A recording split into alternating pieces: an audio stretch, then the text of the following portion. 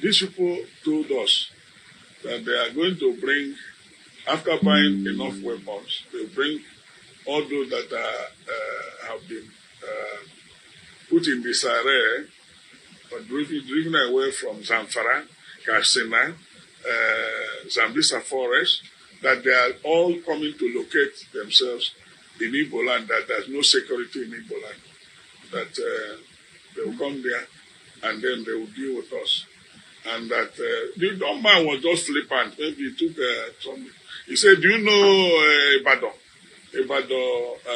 Lagos Expressway. We are in all the bush there. We're everywhere there. We're also in the south. So we are waiting for the slightest signal. We will finish you people and take over this land." So they claim that Nigeria belongs to Fulani. They said that is why we are afraid of.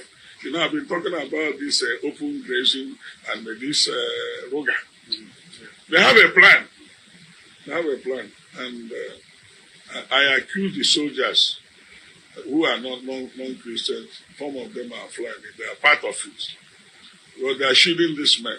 When our people wanted to comb the bush, the soldiers said, "If you move a step, we finish you. Don't go there." So they know where the boys are. They know the location. And what they do is in the daytime, they use their cow to confuse people. Then after some time, the cows will go to rest and they take their gun and do the operation of kidnapping. Government should act decisively. They should act decisively. Otherwise, what is happening in the northern part of the country will be a child's play. So what will happen here? So government should sit up, because the primary purpose of government is to secure life and property. Any government that has failed in that has failed woefully. And Nigeria is. These people told us that they are going to bring, after buying enough weapons, they'll bring all those that have been put in disarray or driven away from Zamfara, Katsina, Zambisa forest, that they are all coming to locate themselves in Igbo land, that there's no security in Igbo land, that they will come there and then they will deal with us. And that the young man was just flippant. Maybe he took some. He said, "Do you know Ibadan? Lagos Expressway. We are in all the bush there. We're everywhere there. We're also in the south. So we are waiting for the slightest signal. We will finish you people and take over this land." So they claim that Nigeria belongs to Fulani. They said that is why we are afraid of. I've been talking about this open grazing and this Roga. They have a plan. And I accuse the soldiers who are not non-Christians. Some of them are Fulani. They are part of it. Well, they are shielding this man. When our people wanted to comb the bush, the soldiers said, "If you move a step, we finish you. Don't go there." So they know where the boys are. They know the location. And what they do is in the daytime, they use their cow to confuse people. Then after some time, the cows will go to rest and they take their gun and do the operation of kidnapping. Government should act decisively. They should act decisively. Otherwise, what is happening in the northern part of the country will be a child's play. So what will happen here? So these people told us that they are going to bring, after buying enough weapons, they'll bring all those that have been put in disarray or driven away from Zamfara, Katsina, Zambisa forest, that they are all coming to locate themselves in Igbo land, that there's no security in Igbo land. Which is it for you, Dr. Badaya? Do you think the government is unwilling or unable to protect the people of Southern Kaduna? In fact, It is not only unable, it is unwilling, and we have good reason to feel that they are part and parcel of the killers. Let me make some revelations to you. That's a very big allegation, Dr. Obadiah. The government is part and parcel of the killers. Yes. That's big. Yes. Okay, how would the government just say, oh, it is revenge killing and so on? Then you leave it there. Oh, because it is revenge killing and so on and so forth. The body language of this administration, the body language of the state government shows clearly that they have a hand in the killings. No doubt about it. Because, you see, General Abacha, and people don't give him his due. Do you think you have tolerated such nonsense? And let me make some revelations, because some of us also have our own intelligence networks. Okay. Have met with some of the bandits. We have met with some of their high commanders. One or two who have repented. They have sat down with us, not once, not twice. They told us that one of the northern governors is the commander of Boko Haram in Nigeria. Boko Haram and the bandits are one and the same thing. They have a sophisticated network. During this lockdown, their planes were moving up and down as though there was no lockdown. Moving ammunitions, moving logistics, moving money, and distributing them in different parts of the country. They are already in the south, in the rainforest of the south. They are everywhere. They told us that when they finish these rural killings, they will move to phase 2. The phase 2 is they will go into the urban cities, going from house to house, killing prominent people. I can tell you, this is the game plan. By 2022, these people told us we want to start a civil war. that they are going to bring, after buying enough weapons, they bring all those that have been put in disarray or driven away from Zamfara, Katsina, Zambisa forest, that they are all coming to locate themselves in Igbo land, that there's no security in Igbo land, that they will come there and then they will deal with us. And that the young man was just flippant. Maybe he took some. He said, "Do you know Ibadan? Lagos Expressway? We are in all the bush there. We're everywhere there. We're also in the south. So we are waiting for the slightest signal. We will finish you people and take over this land."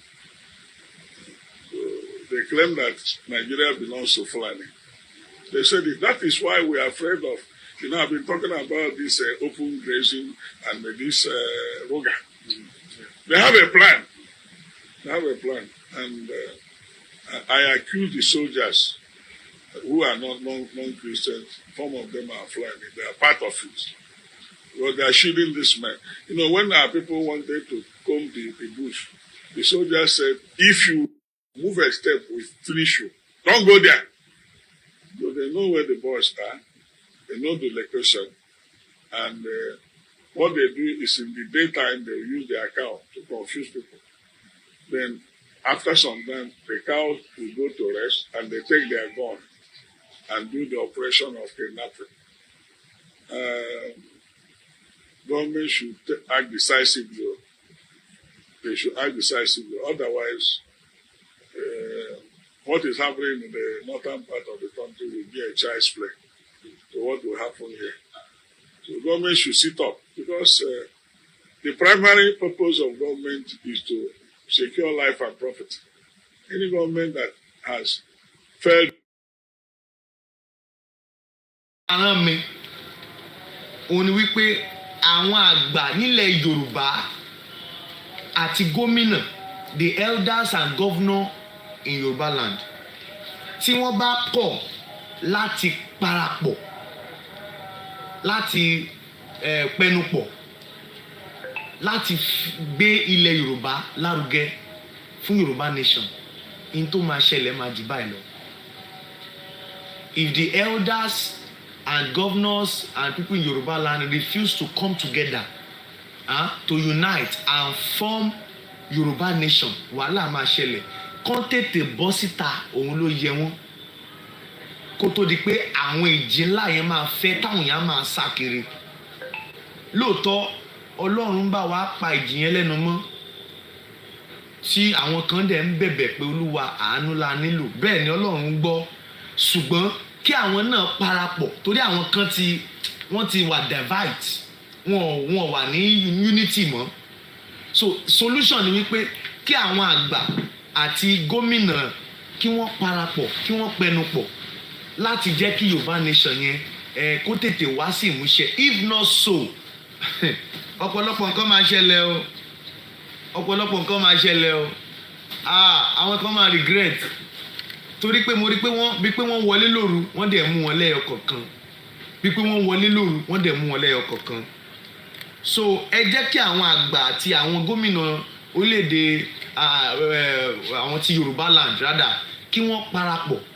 Èmi ti pè lórílẹ̀-èdè Yorùbá torí pé mo mọ̀ pé wọ́n máa pín. ṣé Yorùbá máa pín? Mo ti sọ ọ̀rọ̀ yìí ò ń sọ̀rọ̀ nípa ti ara, ó lè pẹ́ ṣùgbọ́n nípa ti ẹ̀mí ni. Hello, ọ̀tọ̀ ni pé ká béèrè pé Olúwa kí ni ìfẹ́ rẹ̀, ọ̀tọ̀ ni ká ṣe ìfẹ́ ara wa, ọ̀tọ̀ ni pé ká dìbò fún ẹni tó wù wá, ọ̀tọ̀ ni pé ká ṣe ìfẹ́ Olúwa. Ìbéèrè mi ni wípé ìjà béèrè pé kí ni ìfẹ́ Olúwa, ibẹ̀ láti máa mọ̀ pé nǹkan báyìí o, nǹkan báyìí o, nǹkan báyìí o.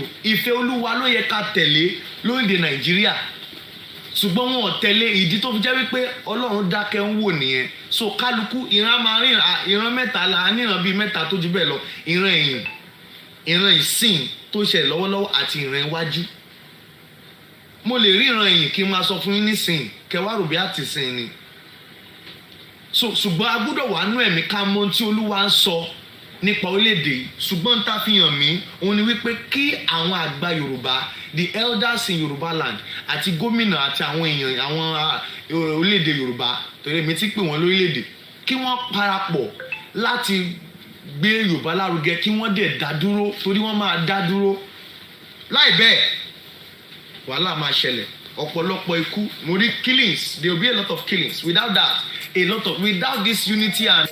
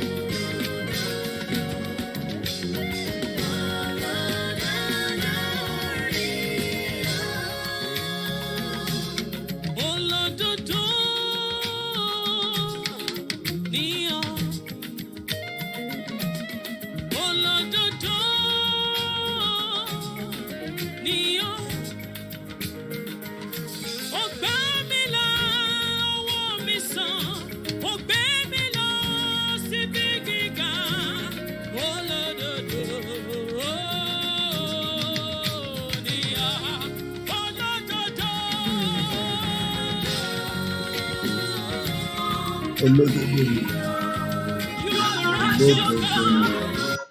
nígbà tó bá fẹ́ gbé àsìkò ẹ̀ dé ó máa fún wa ní evidence yẹn dẹ̀ ni irú platform tàwa need kí a lè máa fi bá àwọn èèyàn wa sọ̀rọ̀ nítorí pé ọ̀pọ̀lọpọ̀ èèyàn are still in doubt that there is a big problem ahead. But my job is to explain it as much as we can for the benefit of those that do not know.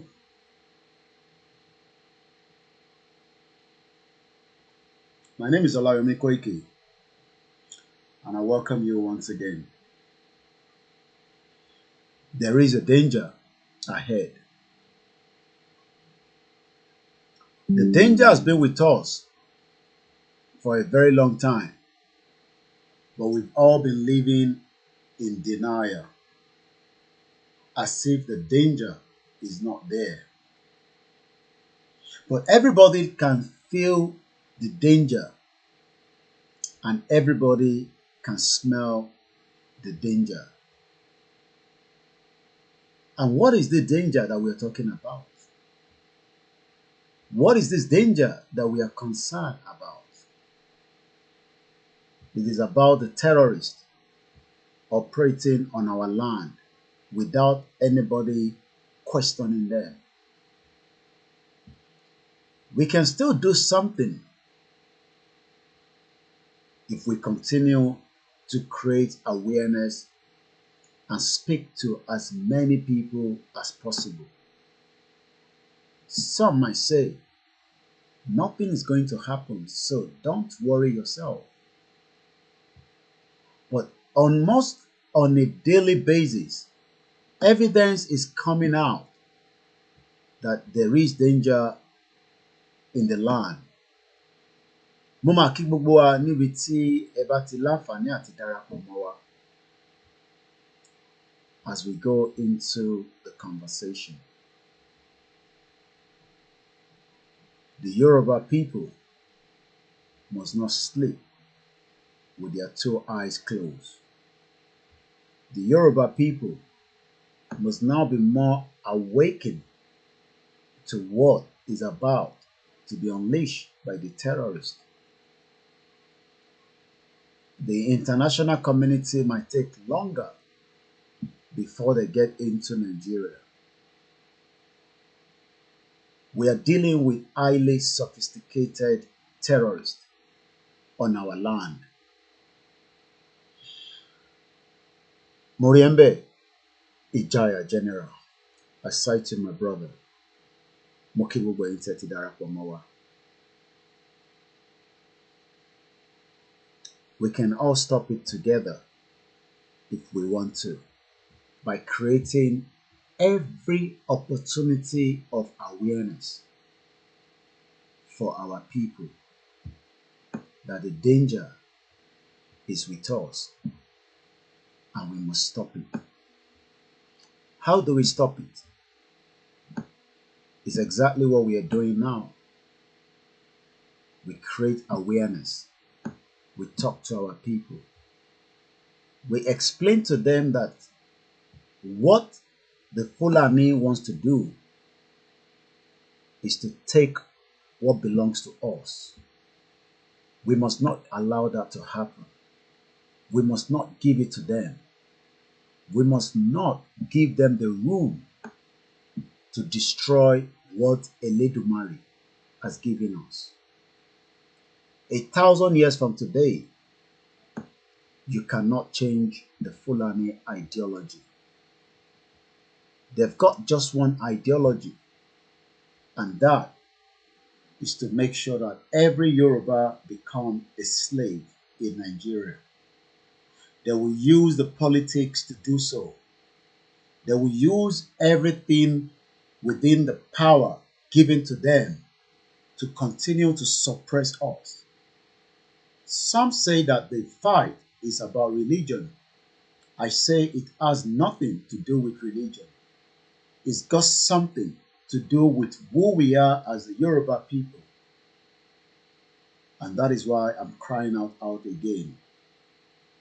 Based on the latest information from the man that spoke earlier, which I'm going to play it again in our ears,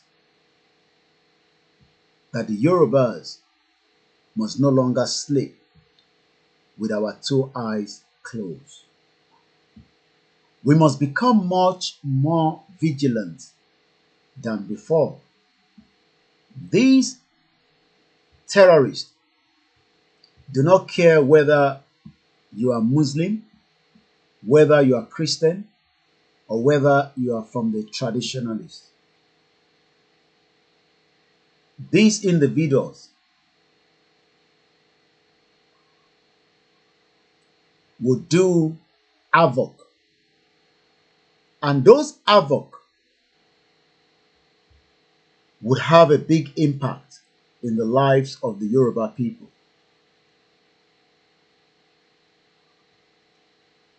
We give thanks to this man.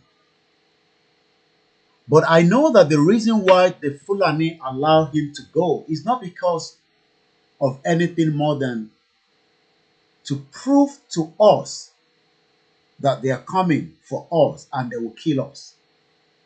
The reason why this man that I'm about to play the video again, and I believe if I can find his name properly quickly, so that I'm not just calling him a man, so that I can call him by his name. Bear with me. The danger has now arrived on our doorsteps. What are we going to do? His name is Uche. Is the Methodist primate that has now told us categorically what the Fulani terrorists are about to do. We thought we know everything from so many information that we've been talking about.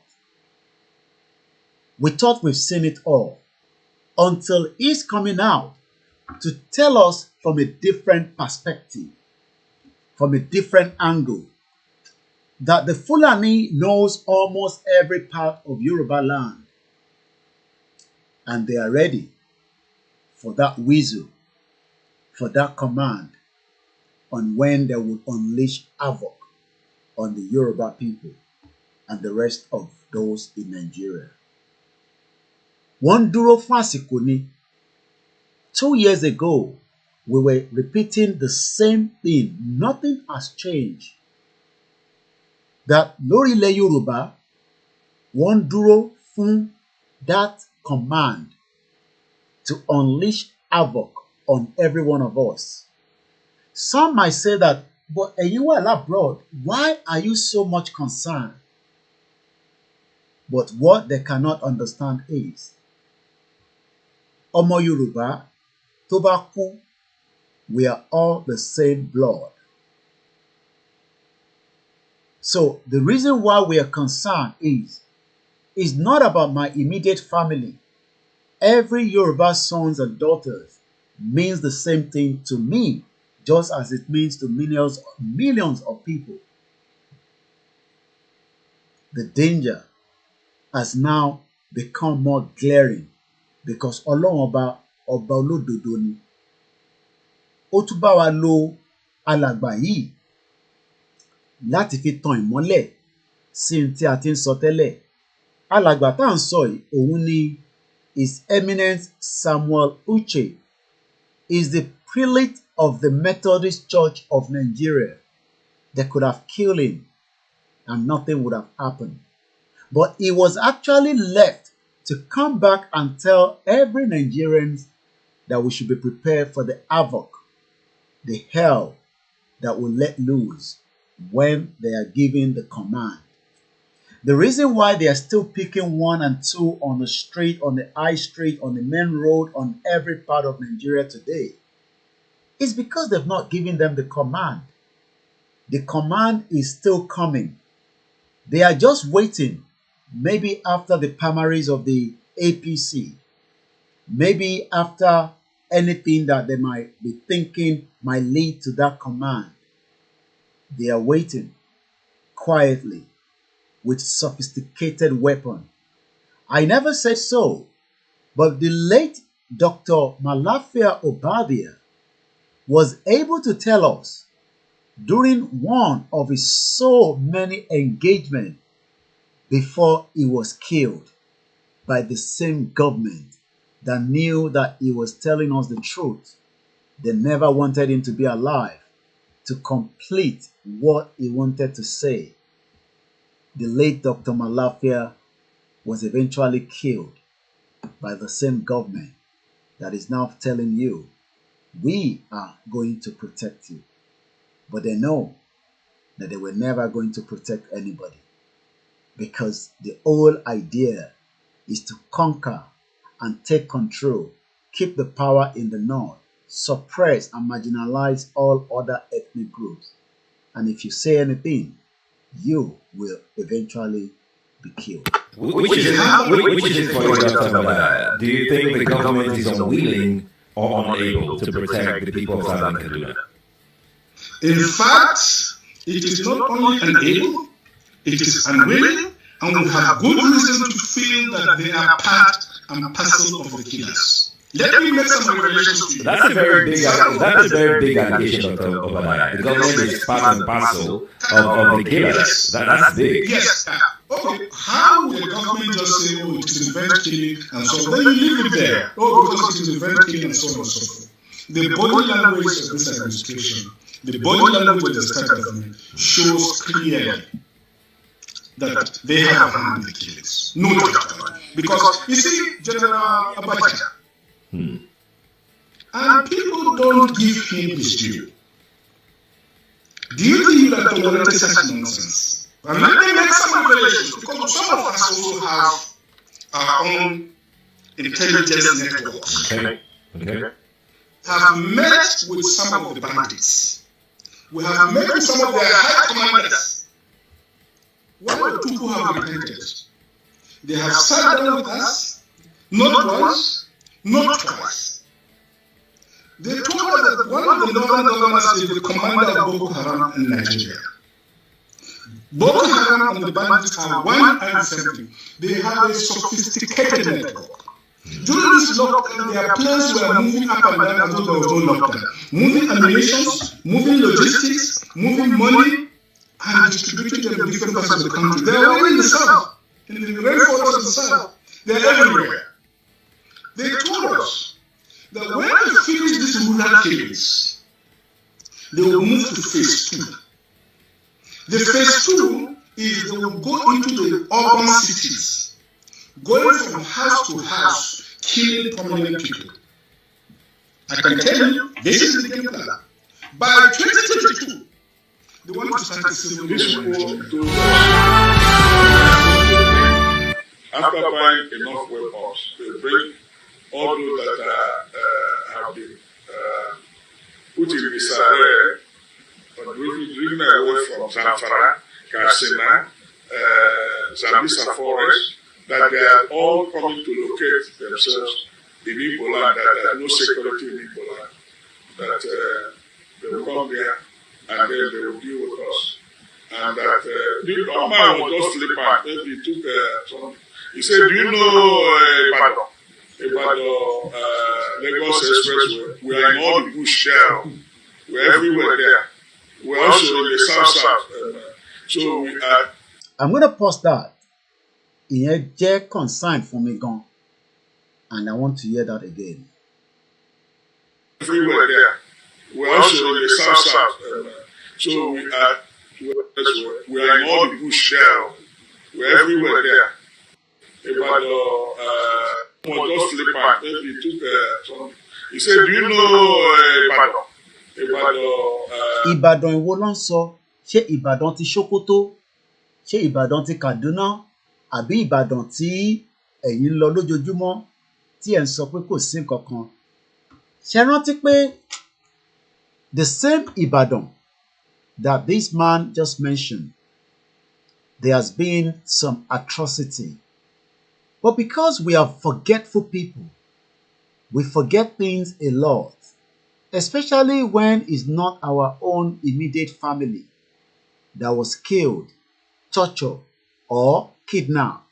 We will probably never talk about it again because it's just as many criminality that happens on that geographical location. And that means as long as kò ń ṣe èmi, we shouldn't be concerned. Ṣèbí ọmọ ọlọ́mọ ni, so ó ṣe lè wá fẹ́ jẹ́ wàhálà. And this is why some of you who probably will not even want to support Yoruba nation because it is not your own immediate family. But why not just have sympathy for those that the Fulani terrorists have killed, brought their life into miserable as ever as you can think. This man talk about Ibadan. Ibadan in the southwest of Nigeria. Ibadan.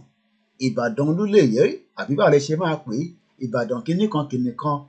He said, and I quote, with his own mouth. Let's listen to him again. The young man was just flippant. Maybe he took some. He said, "Do you know Ibadan, Lagos Expressway? We are in all the bush there. We're everywhere there. We're also in the south. So we are waiting for the slightest signal. We will finish it." Okay, I'm going to pause that again. They are waiting for the slightest signal. When we say something is signal, what do we mean by that? What is the meaning of signal? Ibadan, Oluyole, Eshigoni, Iyamigbinileke. Ibadan, Oluyole. These people are waiting for the slightest signal. Ta ló máa fún wọn ní signal? Ta lẹni tí wọ́n ń dúró kó fún wọn ní signal? When is this signal going to happen? And when are we expecting the signal to be unleashed? What do we mean by signal? Ṣé signal mọ́tò ni tó máa sọ fún ẹ pé kò trafficate lọ sí left àbí kò trafficate lọ sí right? Àbí signal pé ẹ bẹ̀rẹ̀ wàhálà, ẹ bẹ̀rẹ̀ ogun lórílẹ̀-èdè Yorùbá? And the question is, who is still in doubt? Who is still in doubt that we are now entrapped in this geographical location where they are about to unleash havoc? Who are they going to call to give the signal? Who are they going to call to tell them to come out from the bushes? They are waiting. But they are waiting for who? Are they waiting for me? They probably won't wait for me. They are waiting for whoever is going to give them that signal. Yes, we will continue to pray. Yes, we will continue to talk about it. But are we also prepared? Should they collect their own signal? How do we do our own signal so that when the problem eventually starts, we will not have to lose so many of our brethren, sisters that are living in that geographical location? Some are thinking that why should we not just allow one man, two man from the Yoruba, or three or four to get the power from the south, from the Fulani, and become the president? Then after that, he will then be able to deal and fix the problem by making sure that our security is well protected. Do you know how many Yoruba people, ìjẹ́mọye ọmọ Yorùbá tó ń sunkún lọ́wọ́lọ́wọ́ bá ṣe ń sọ̀rọ̀ báyìí, just because the terrorists that they call bandits, the terrorists that they call herdsmen, the terrorists that they are talking about are not going anywhere but to create havoc. And those havoc is already close to myself and you. Once again, a very good morning at exactly 37 minutes past the hour. My name is Yomi Koiki. And as we continue to enlighten and educate our people on this platform, I advise us that we should no longer sleep with our two eyes closed.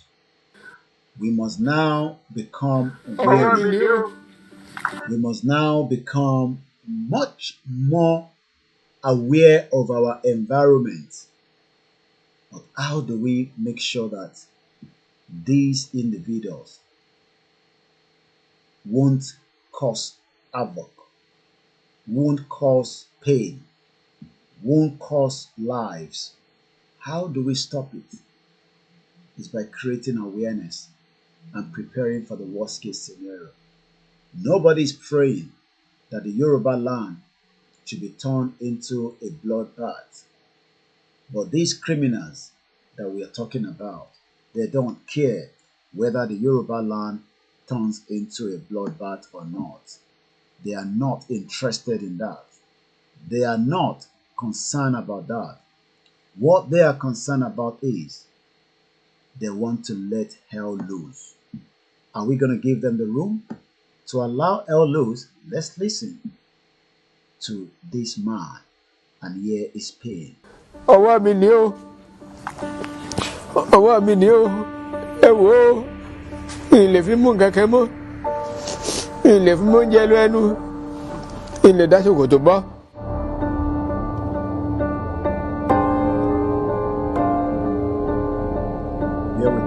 Orúkọ tèmi ni Amadu Abubakar láti ìwádìí Àìjásá tí mo ń ṣiṣẹ́ Vigilant. Níbi tí mo ń gbé tí mo ń ṣiṣẹ́, wọ́n á wà lẹ́yìn ìjọ Friday. Kí n tó padà ó tó nǹkan bí aago márùn-ún ìrọ̀lẹ́. Wọ́n á padà lọ. Wọ́n kọjá ibùdó Mọ́sá tí wọ́n ń pè ní Gbẹ̀du. Odò kan wà bẹ̀. Odò yẹn à ń pè ní Ọ̀yẹ́. Ọ̀yẹ́ yẹn ni mo dé ni mo bá àwọn Fúlàní àwọn méjì. Wọ́n sì wà lórí odò wọn mọ èmi bá fi kọjá.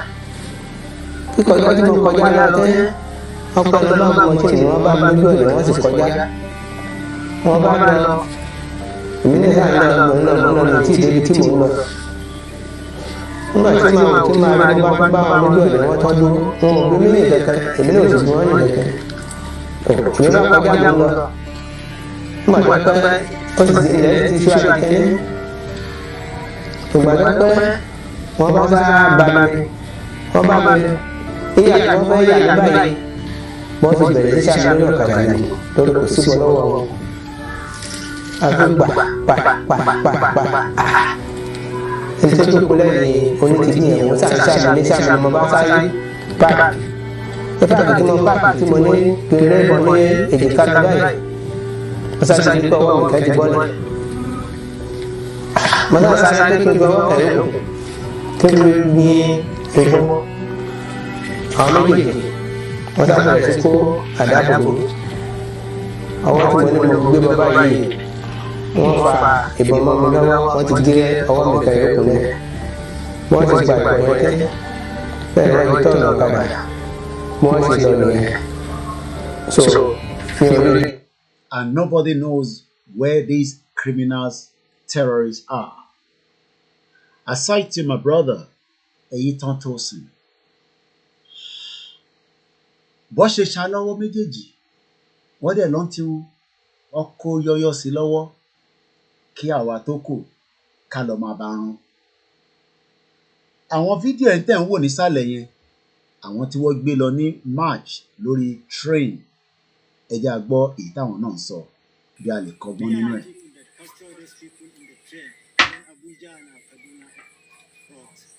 So they are appealing to us saying that they wanted to talk to the government.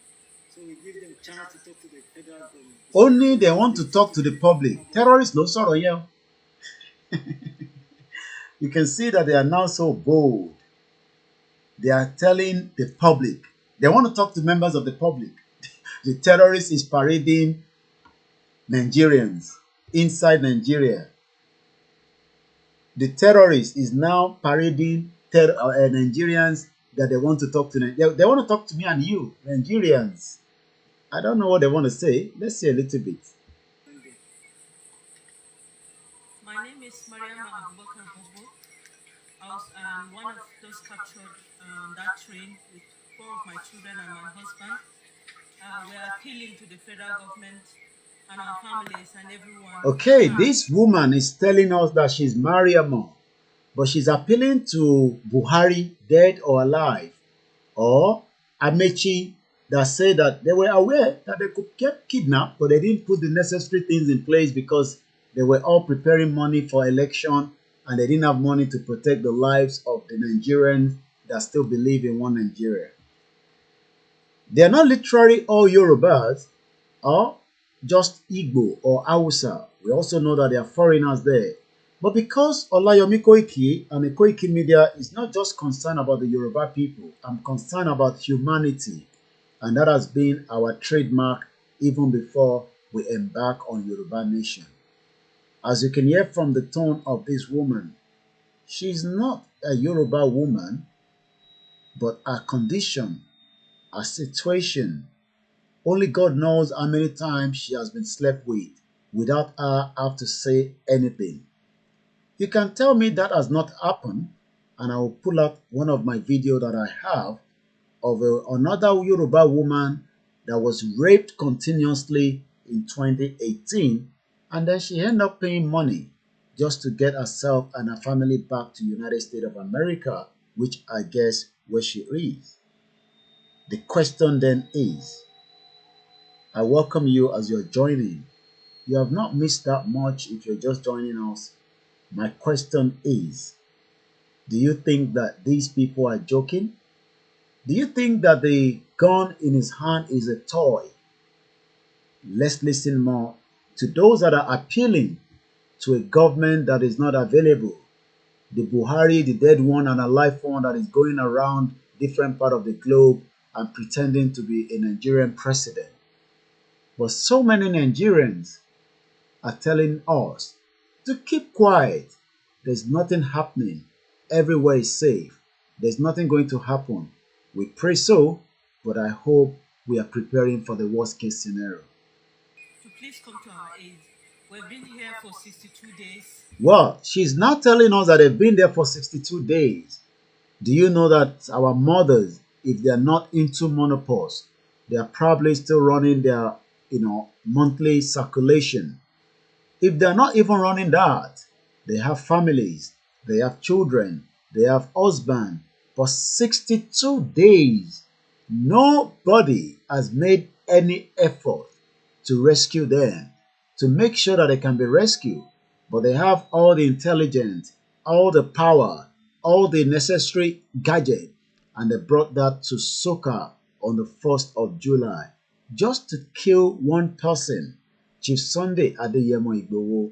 But the mission failed. But the question is, where is DSS? Where is the DSS? Where is the Navy? Where is all the security to rescue these innocent Nigerians that are now pleading to the Nigerian government after 62 days? Let's hear more from them. In an unfavorable, inhabitable condition, unimaginable. We've been sick. In fact, one of my sons, 2 of them are even sick at the moment with no... So this shows that it's not just this woman alone that is inside the captivity. She's telling us that she has 2 of her children. My children are upstairs, they are sleeping. So when you tell me to come back home, I will ask you that the only thing we can continue to tell you is, it's not about coming back home. It's about your life will continue to be miserable. Your life will be in danger. Look at the men. They are all handicapped. I'm sure some of them must have come across Yoruba Nation or not, and they'll probably have said the same thing. Come back home. But now that they've been kidnapped right in the den of the criminal, just as this Yoruba man that is now crying his eyes out. Let's listen to him right there. Again, he's still talking about the Nigerians, the citizen that he does not know is not existing. This man is still thinking that he has a country. When I am shouting Yoruba Nation, the man never thought it's going to be serious until Washawe. And I'm not asking myself, Monikelo Shogun, so that tó bá tẹ̀ pàdé Fúlàní, tó bá tẹ̀ ṣá kó má lè wọlé, tó bá jẹ́ pé bàbá ẹ̀ tó pèrè ẹ̀ ní àgbẹ̀ àbí ọlọ́dẹ kò ní kankan lára. Kò ní pàù lára àwọn ọmọ kéékèèké méjì. Tó bá yẹ pé ó ní nǹkan lára ni, gẹ́gẹ́ bí táwọn bàbá wa ń lò níjọ́ náà lọ́hùn, wàá gbètì láti ilẹ̀. Akọ̀ sọ fún ẹ jókòó síbẹ̀, ẹ jókòó bẹ́ẹ̀. Àmọ́ kò lò yẹn nísìnyí, wọ́n padà ṣá lọ́wọ́. Ó dẹ̀ dá bẹ́ẹ̀ torí pé at least èmi lè fi ṣe analysis so that ìwọ tó ń wò mí tí mo ní kó lọ máa jàmàlà tewédú, ó ní kí n shut up. Àbí bẹ́ẹ̀ kọ́?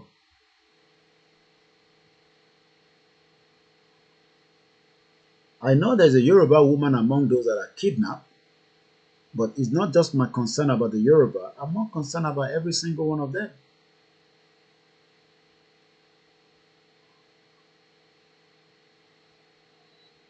Some say I'm too aggressive when I talk about security and defending yourselves. But 62 days, there is no government to rescue these individuals. 62 days. This man has now become completely disabled for the rest of his life. Ó ti jẹ breakfast tó gbóná, mo wá mọ́rú breakfast tó jẹ because èèyàn lè jàmàlà láàárọ̀ ara breakfast náà ni. This man was given access to come and deliver a message to us that they are coming and we should prepare for the worst case scenario. That's why he was not killed. Not because he was good, not because of his prayer.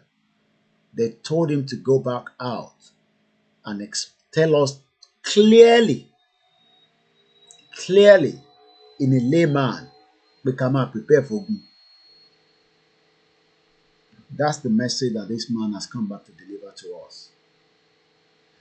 Kò gbé ọ̀rọ̀ yẹn sọ, ó mọ ohun tó rí, ó mọ èdè tó fi bá sọ̀rọ̀, kò ń ṣe fúdèdè ló fi bá sọ̀rọ̀, wọ́n fi clear èdè. Kódà ó sọ débi pé ìkànnì wọn sọ pé Abia State lọ bí òun sí. So tẹ bá rà àwọn ẹni tó ń comment, ẹ jẹ́ máa mọ̀ pé Fúlàní ó wà lára àwọn ọmọ Yorùbá tẹ́ ẹ̀ ń rò pé Yorùbá ni wọ́n. Bàbá kan ní àkàrà tẹ kọ́ ló jẹ, ìyẹn náà dá bẹ́ẹ̀.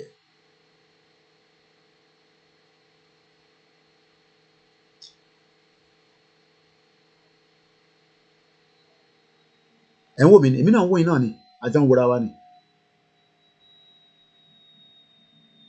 2 years mo sọ pé ogun ń bọ̀, and I still stand on that without not hesitating my words and mixing it up. When I said ogun ń bọ̀ ní 2 years ago, wọ́n ti kidnap alàgbà yìí. Nígbà tí mo sọ pé ogun ń bọ̀, wọ́n ti gé ọwọ́ bàbá yìí. Tí bá dẹ̀ sọ pé ogun ń bọ̀, think about anything you can think of. We can wait it off, and that's why we are talking. But we have to be proactive and prepare for the worst case scenario.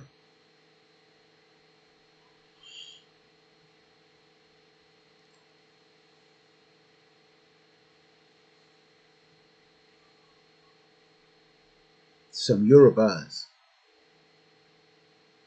want to see the blood before they believe. I don't want it to get to that stage. We can stop them. I'm not the one that will stop them. Every single one of us will be active to stop them.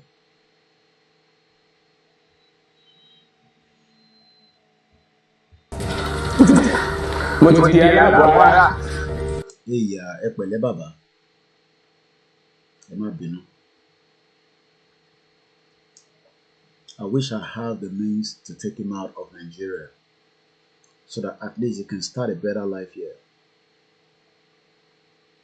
But we can give him a better life if we fight now and get a Yoruba nation. He will not even remember he doesn't have a hand anymore. He will be active back on his feet in no time. And let me see if I can bring something to prove that. You know, Koiki always have a lot of videos in their own little way. So I'm going to remove this one so that while I'm looking for what I'm looking for, you are not also following the screen. Okay, I've moved that man out, but I'm going to bring him back on. Just bear with me. Let's bring him back. My name is OLAMILEKAN. I love you all. And that's why I'm doing this. I don't have to be here tonight.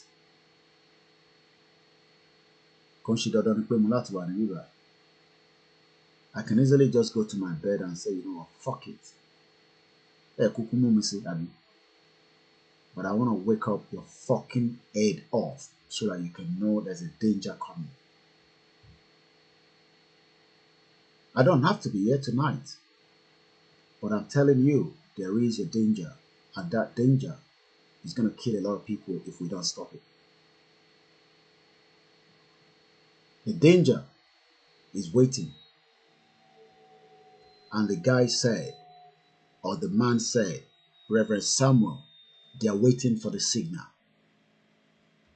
Allah my key family tiẹ̀ tí kò believe kó wà níta níjọ́ tí signal yẹn bá jáde kó má jẹ́ pé ọpọlọ ẹ̀ ló máa wà nílẹ̀ lẹ̀.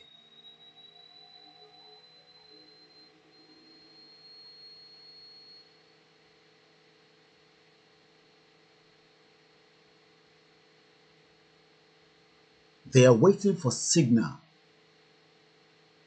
Who is going to give them the signal is what we don't know. But Eledumare will reveal that to us clearly.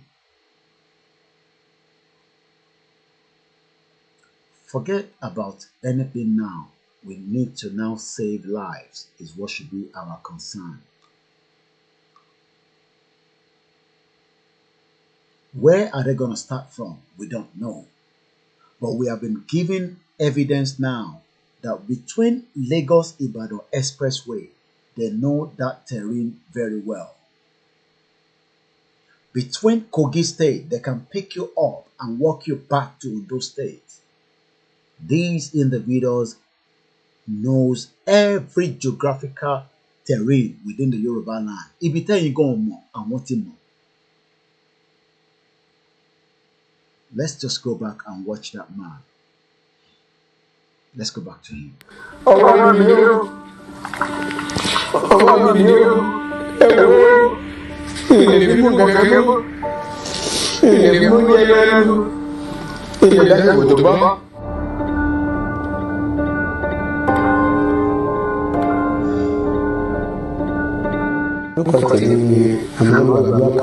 Láti ìwádìí wa ìjásá tí mò ń ṣiṣẹ́ Vigilant níbi tí mò ń gbé tí mò ń ṣiṣẹ́ wọ́n á wà lẹ́yìn ìjọ Friday kí n tó padà ó tó nǹkan bí aago márùn-ún ìrọ̀lẹ́ wọ́n á padà lọ mo kọjá ibùdó Musa tí wọ́n ń pè ní Gbẹ̀du odò kẹwàá ń bẹ̀ odò yẹn à ń pè ní Ọ̀yẹ́ yẹn ni mo dé ni mo bá àwọn Fúlàní àwọn méjì wọ́n sì sọ pé òdò wọn mọ èmi bá kọjá kíkọjá tí mo kọjá lọ tẹ́ ọpẹ́ ló bá mọ tí wọ́n bá lójú ọ̀dọ̀ wọ́n sì kọjá wọ́n bá lọ èmi ní ìyá náà mo lọ tí débi tí mo ń lọ nígbà tí màá rí mo bá bá wọn lójú ọ̀dọ̀ wọn tọ́jú wọn ò gbé mílíọ̀nù kẹ̀kẹ́ èmi náà ò sì fún wọn ní kẹ̀kẹ́. Èmi bá kọjá lọ nígbà tó pẹ́ ó sì ilẹ̀ ti ṣú àbíkẹ́lẹ́ ìgbà tó pẹ́ wọ́n bá sá bá mi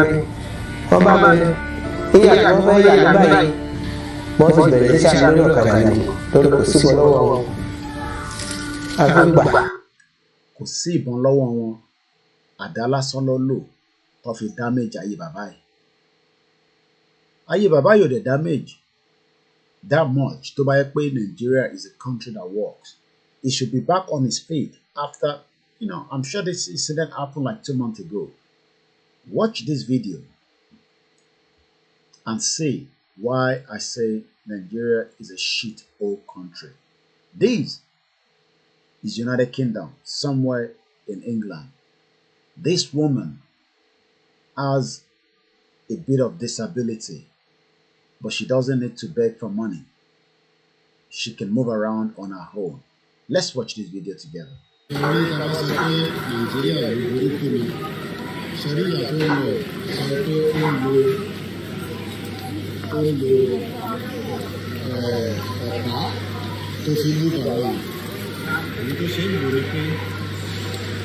over a bit of ground, Ojindi, but also they move around.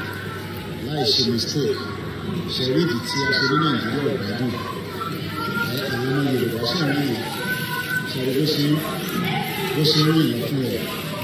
Àwọn ọ̀rọ̀ mi ní sí láì ní ìdènà kankan. Kò ní láti tọrọ owó gẹ́gẹ́ bí tó ti ń dùn because ìjọba ti fún ní owó. Kò ní láti tọrọ owó lọ́wọ́ nìkan tó ń tọrọ báyà. Ìrora ti ń sọ fún ọmọ Yorùbá pé ẹgbẹ́ kúrò ní ìjágbọ̀dàgbà fún ìpè ní Nàìjíríà. Now, you can see that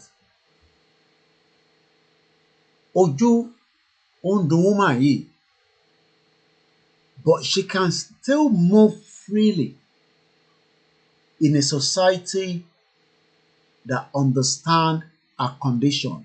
Kò sí àkọ́kọ́ tó feel pity fún pé afọ́jú ló ń lọ yẹn iye ẹgbà torí Ọlọ́run kò sí torí Ọlọ́run níbẹ̀ ẹ wo tó fi ọwọ́ bàbá wa ṣe ìyá rò pé àwọn bàbá ìtẹ̀ ní nǹkan lára àṣé bàbá yóò tẹ̀ ní anything àbúgbàgbé ẹ̀ sílé ni ẹ̀jà gbọ́n tí bàbá yìí sọ.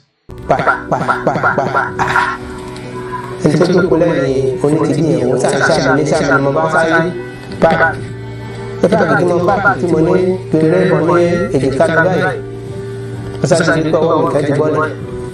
Ó fi ré ìbọn pé wọ́n fi mú ìbọn yẹn àwọn yẹn dẹ̀ tí mo bí tó fi gé lọ́wọ́ yẹn wọ́n mọ bí tó bá ṣá tó yẹ pé kódà tégungun bá wà lára bẹ̀ gan sẹ̀ sàǹdà tó da tó bá ba bẹ̀ yẹn báyìí orí bọ́ nìyẹn.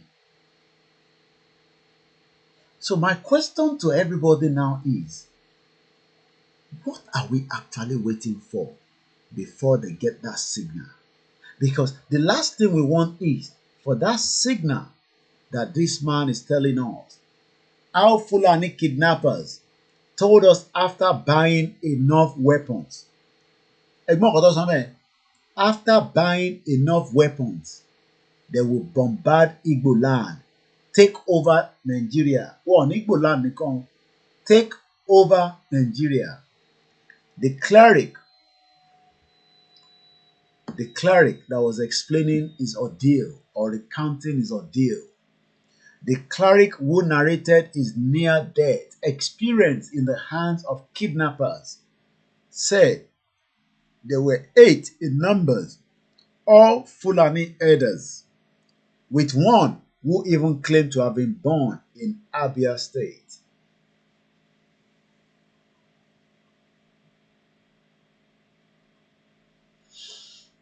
I pity my Yoruba people. This man is just, not these ones, because these ones are still trapped. This man is just somebody that they've sent back to us to tell us to prepare for them, that they are coming. And they are coming.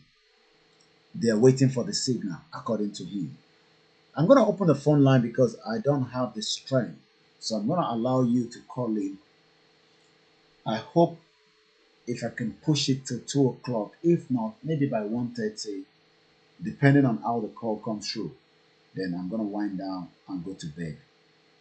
I just thought I cannot go to bed without sharing these particular episode. I could do it tomorrow, but my heart would be pumping as if we should be ready to go out and fight now. You all know the number as usual.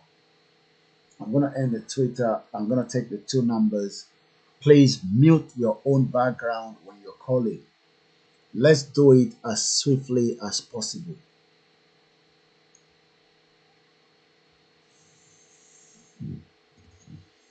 Some of you have been saying that you heard that Buratai went to visit IGBOHO at his residence.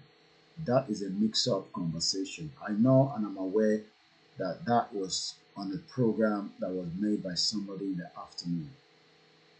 As a spokesman for Chief Sunday Adeyemo IGBOHO, I can assure you and tell you that nothing of such occurred. Buratai visited him while he was in that prison that he was kept, but not after he has left. So let us get that clear. Do not call me. Do not ask questions again, because I've already told you what you need to hear. And to back should anything around Igboho needs to be known, it will come from me should he want me to deliver the message to you. He spoke just briefly.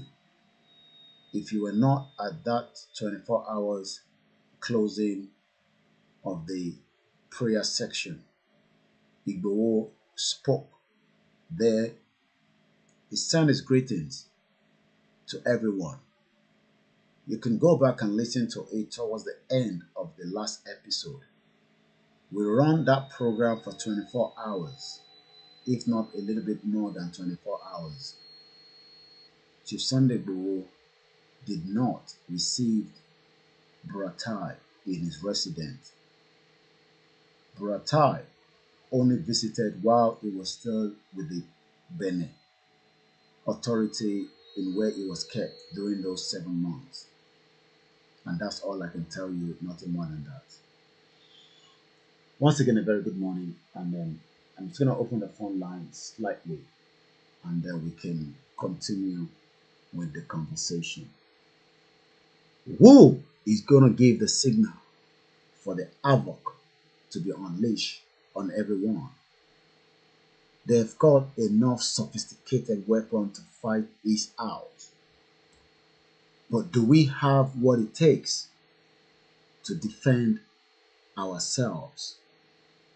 Or do we all just continue to mimic and send messages on WhatsApp as if something is wrong in our heads, rather than you and your own team going out to do the needful?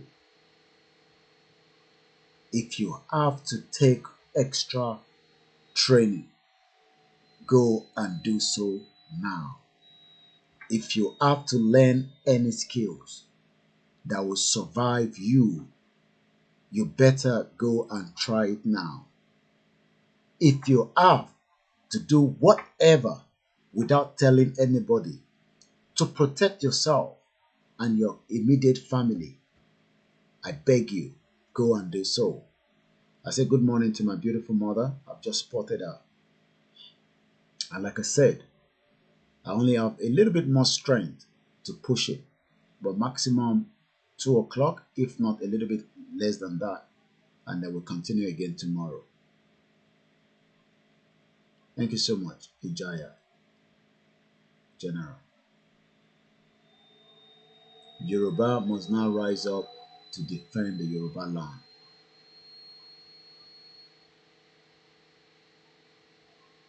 There's fire on the mountain.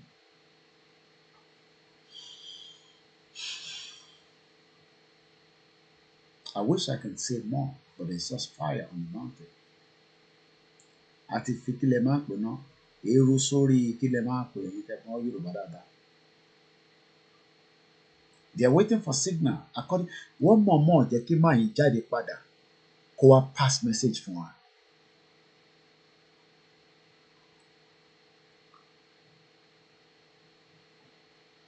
They could have killed him and nothing would happen.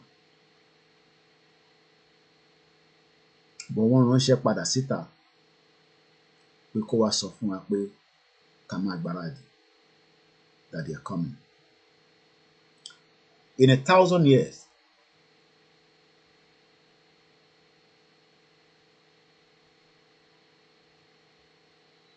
the country will go in flames, and they will do so, but we must prepare for it. Àti finá sórí òrùlé sùn. Thank you so much.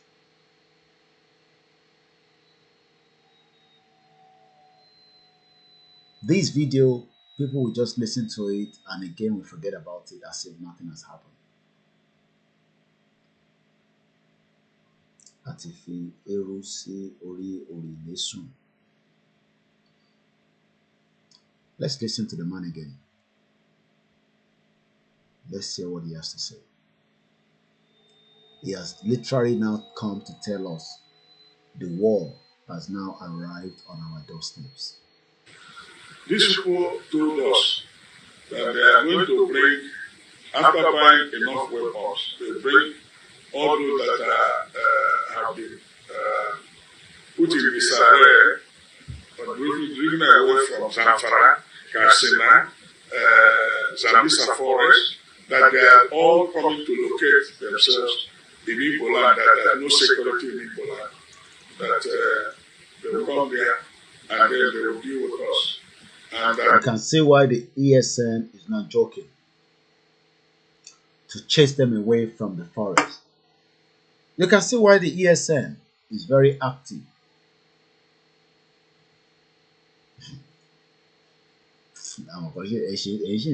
Constitution.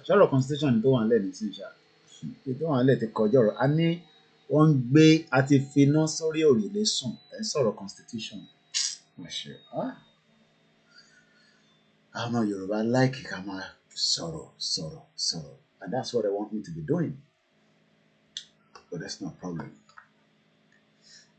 Let's go straight to my first caller. I prefer the other number, but let's hope this number will become more stable tonight. There's a lot of pressure on my phone with the cutoff. Echo studio line gone. The studio line is much better. The studio line is scrolling at the bottom. Hello, sign petition. I tell by sign petition.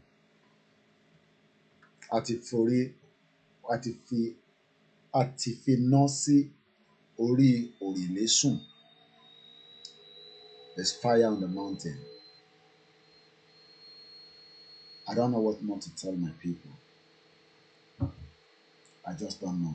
By now, everybody should have the studio line. So, it's about suppose studio line. Try we have a caller on the line. Hello, caller. Hello, sir. Káàbọ̀ sórí ètò.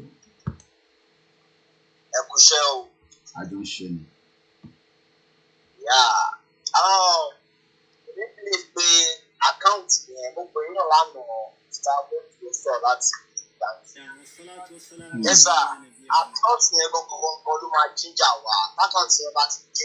Ọmọ launch account yẹn. Ọmọ launch ní Saturday on the 4th. Jerry, àkáǹtì yẹn bá ti dé kájẹ wọ́n pọ́ǹpù owó sí bẹ́ẹ̀ nù. Wọ́n bá ti pọ́ǹpù owó sí ilé àwọn náà lè máa fi dé ara wa láti lè máa kó owó dé. Nínú parọ́ fún yóò nígbà tí mo lè sì bá a ṣe lánàá yẹn ọ̀rọ̀ tí bàbá yẹn sọ fún àmì inú mi dùn gan. Ní mo mẹ́kọ̀ọ́ fi sọ̀rọ̀ yẹn spirit gangan wọnú ara mi gan ní kúlẹ̀tì yìí ní parọ́ fún wa láìpẹ́ àti ìfọ́nà àti ṣe bẹ́ẹ̀. Bí a bá ti ní enough nílẹ̀ right now, láti ní enough àwọn èèyàn tó yẹ kọ́ra sílé pọ̀ gbogbo bàbá. Ilé ìfọ́nà ìní ò sọ̀rọ̀ ẹnu mọ́. Ó sọ̀rọ̀ ẹnu mọ́. Iṣẹ́ tó ní kálukú ń ṣe ní kọ́ lọ́tí ta wáyé is not easy, kò easy. Everybody yẹn padà sílé, àdẹ̀lẹ̀ máa wo Fúlàní. Nígbà kọ́ máa invade land wa ká máa wò ká máa rẹ́rìn. Kò fọ́nì. Everybody láti láti stand up. Kò ṣe kó bóyá lórí ẹni kan sọ̀rọ̀ níbi no. Gbogbo àpáta gbọ́dọ̀ máa fi dé right now. Na our mind. Àkáǹtì ẹ̀rẹ̀ méjì gbọ́dọ̀ wọ́n bá launch àkáǹtì yẹn. Á fẹ́ owó síbẹ̀. Bàbá ti ní owó nílẹ̀. We are good to go. Ẹgbẹ́ wọn tí mo sọ we are good to go. Ẹgbẹ́ wọn tí mo sọ we are going to. Ó yé mi. Ẹni sọ̀rọ̀ tó ń pè é wà láti yé. Ó yé mi. Ẹ jẹ́ ká jẹ́ kó launch àkáǹtì yẹn. Bàbá ti launch yẹn then we are good to go. Wọ́n ti ní Saturday. Ẹ ṣé gan ni, thank you so much. Let's come now to UK where we have a new caller. Hello caller láti UK. Hello.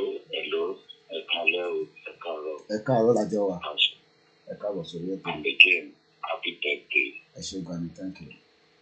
More grace to your life. Amen. Àtàwọn ọmọ Odùduwà àti ìyá wọn àti grandma. Ọmọ Odùduwà. Nígbà tó máa fi dé báyìí, ó ti rẹ bọ́ọ̀dì ẹ̀. Bẹ̀rẹ̀ náà, iPad ẹ̀ ló sáré lọ gbé. Because kò bá ń ṣe ọpẹ́lọpẹ́ àwọn ló jẹ́ kẹ́ ìbọn ní strength. Bẹ́ẹ̀ni. Ọlọ́run ò ní bàyọ̀ ń jẹ́. Àṣẹdùmarè. Ẹjọ́ mo kàn fẹ́ ṣàkíyèsí wa sórí referendum wèrè tí wọ́n ní wọ́n fẹ́ lọ sí Nàìjíríà yẹn. Ṣẹ́rí, mo máa ń sọ fáwọn èèyàn, mo ní Yorùbá wa gbọ́ngàn láàrin strategy nínú ìgbéyàwó Nàìjíríà location fáwọn náírà. Ẹ bá wo Fúlàní ló fún wa ní democracy. Àwọn ló ṣẹlẹ́tì àwọn Yorùbá tí wọ́n lò fi draft constitution tá à ń sọ yìí. Àwọn ló fún wa ní democracy. Àwọn ló ti fún wa ní constitution. Nísìnyí àwọn ló ti fẹ́ fún wa ní referendum. Ìtumọ̀ ẹ̀yìn Yorùbá. Wọ́n ní igi ò gbọdọ̀ gbéyàn lẹ́ẹ̀mejì lójú. Ó kọ́kọ́ gún wa lákọ̀ọ́kọ́. Wọ́n fún wa ní democracy Fúlàní. Wọ́n tún wá fún wa ní constitution rẹ̀. Ìyá méjì. Nísìnyí wọ́n tún wá fẹ́ fún wa ní referendum. Ẹ̀yin Yorùbá. Wọ́n á ti wá ṣẹlẹ́tì àwọn Yorùbá lọ́ọ̀yà kọ̀ọ̀kan. Wọ́n máa ní àwọn represent wa. Ẹ wo constitution wọn gbélé yìí o. Fúlàní ló fún wa o. Ló ti fún wa ní democracy. Ó wá ní we Nàìjíríà ló kọ síbẹ̀. Nísìnyí kan máa fẹ́ ṣe referendum náà. A ti wá sọ ìpè níbẹ̀. A ní we Nàìjíríà. Ní Scotland. Kí Britain tó fún Scotland ní referendum, Scotland ló béèrè fún. Kò ṣe Britain ló fún wọn. Yorùbá ló gbọ́dọ̀ béèrè fún. Òun ṣe Nigerian government ló máa gbé wa lọ́kọ̀ tó ń fẹ́ fún wa. Ẹ jọ̀ọ́, àwọn bàbá ṣe mistake. Ẹ má jẹ́ káwa ìsìn náà ṣe mistake. Ẹ jẹ́ ká tẹ̀lé 5 million petition yẹn. 5 million petition yẹn tí wá ní. Àwa nìkan la ní kọ́kọ́rọ́ ẹ̀ lọ́wọ́. Ọ̀sẹ̀rí referendum náà fẹ́ ṣe òun ṣe tiwa Yorùbá. Nigerian government ló máa ní. Ẹ jọ̀ọ́, ẹ jẹ́ ká dúró ti àwọn bàbá ìdí tó yẹ yìí. Ó dàbí tiwọn ní òtítọ́. Ẹ jọ̀ọ́, once again, happy birthday, bàbá mi. Eshegoni, thank you so much. The number to call has not changed. It's the same number that we take calls every day. Like I said, we will just wind down very soon. Now is the time to be proactive. Definitely, we've been told and assured that that account or the central account will be unveiled this weekend, and we are all looking forward to that. I'm not going to want us to continue to talk about this referendum. It's the more we're even talking about it, the more it's diverting the real attention of other problems that we should be looking into. There's nothing like referendum. We've talked about it. I understand some people say, we don't have any reason to ask anybody to leave Nigeria. When Nigeria was going to be put together, nobody was asked. The worst case, no, ló máa di pé ó máa lọ dìjà náà ni. So pé a fẹ́ lọ ṣe referendum, kódà bí UN bá fún wa ní referendum kan máa rí gẹ̀. I'm talking about United Nations. Ambọ̀sibọ̀sì Nigeria. So this oral issue referendum that everybody time wọ́n sọ fún wa pé àwọn ti wà ní Ìbàdàn expressway, wọ́n wà ní Ògbó wa. We should be more concerned and focused on how our people can become more vigilant. KOIKIMEDIA is not a security. My job is to bring out the information and let everybody go and decide what to do. So the issue of the referendum that we are all focusing our energy on, we should focus it on a different angle. Because this referendum that, whether a particular group is, I've told you, let anybody go and do what they want to do. But the thing is, we are out of Nigeria. And I don't think some of you understand that because Eshiri Nigeria as a country. So the time back signal jáde tó bẹ̀rẹ̀ sí ṣe havoc. And that will become much more problematic for us. So we are better off to stop it now. And the only way we can stop it is to also have our own funding, which is about to be unveiled over the weekend.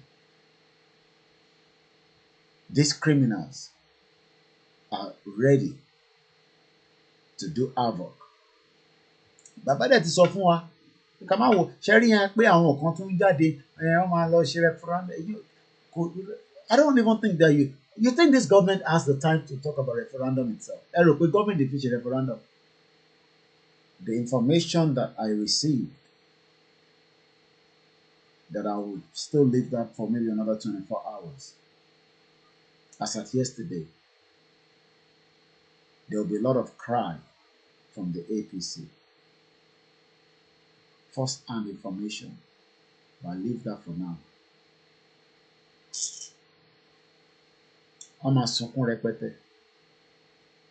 There's a problem coming. So it's like, tit for tat. Ló fi ṣẹlẹ̀ nísìnyí. Bádì ẹ bá ṣe kinní kan, ẹ bá mi parí ẹ̀. Òun lọ̀rọ̀ tó ń bọ̀ nísìnyí. Serious wàhálà ń bọ̀. Ṣé bóun dá làgbà yẹn sọ nínú wòlíì tó sọ̀rọ̀ yẹn? Pé káwọn àgbààgbà yẹn táwọn bá tètè comprehend tó wà lẹ́nu sí. Serious wàhálà. Ṣé ìyẹn fọ ọ̀rọ̀ referendum kan ló kàn mí sí? Ọ̀rọ̀ bá ṣe máa protect àwọn yẹn wa pé àwọn yẹn wọ̀n ní kú púpọ̀. Ẹ káàárọ̀ ẹ̀gbọ́n mi kúrọ̀lẹ́ lọ́dọ̀ yín lọ́hùn.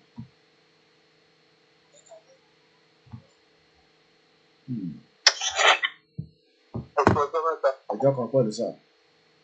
Tẹ̀rí mo rí pé pẹ̀lú nǹkan tẹ̀ ń sọ yìí o.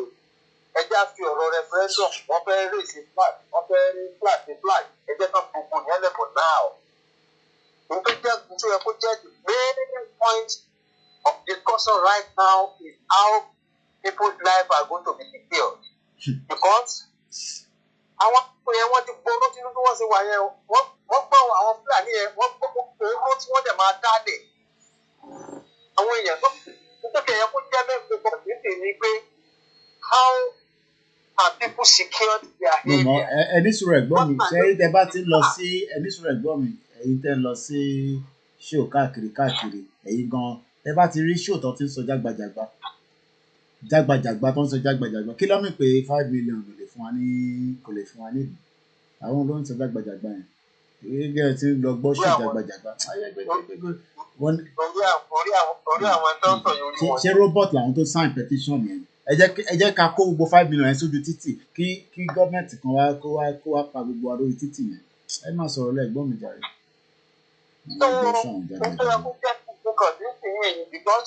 Ọ̀rọ̀ petition ti pé ẹnìkan ti pé ìyẹn kọ́ ni ìmé ìṣù náà.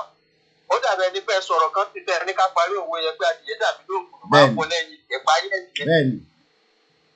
Ibi tọ́rọ̀ yẹn lọ sí nìyẹn because mo ń gbọ́ ọ̀rọ̀ bàbá Bánjí Akíntóyè bóyá in fact 5 hours ago mi mọ̀ bóyá live ni program yẹn tí bàbá sọ pé ó náà ti kéèjì wọn báyìí ó tọ́lẹ̀ ni.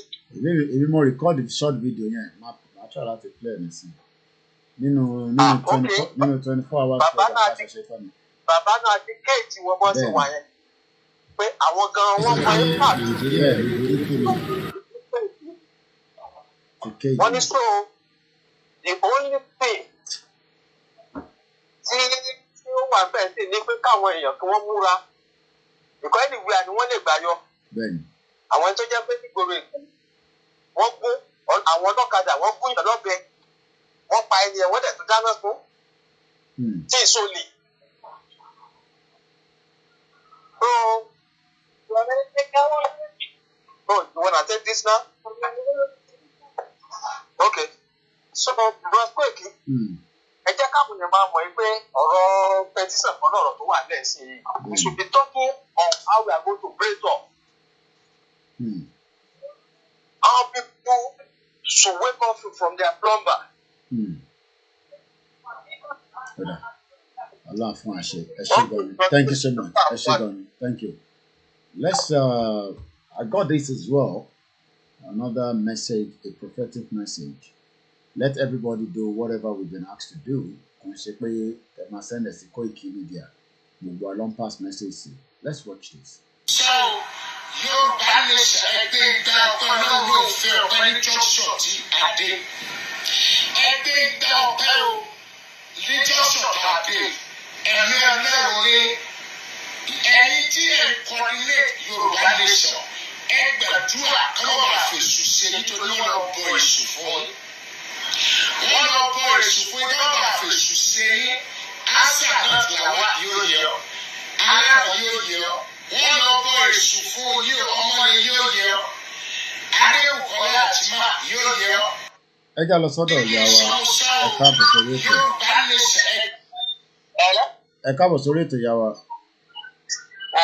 Ẹ kalẹ́ o, ẹ kú iṣẹ́. Àwa ni ẹ mọ̀. It's so sad, very very sad. Ó lágbára gan. Ó lu agbára tó jẹ́ pé it's a very sad situation. Bẹ́ẹ̀ kó tó ṣe ní láàánú ni pé ṣé ẹ rí bẹ́ẹ̀ bá pe àwọn èèyàn nílé báyìí. They will tell you, kí ló ń ṣẹlẹ̀? Ẹ̀yin tẹ̀tẹ̀ sílé yìí ó ti ká yín lára jù. Ilẹ̀ gbọ́, ìbò lẹ ti gbọ́.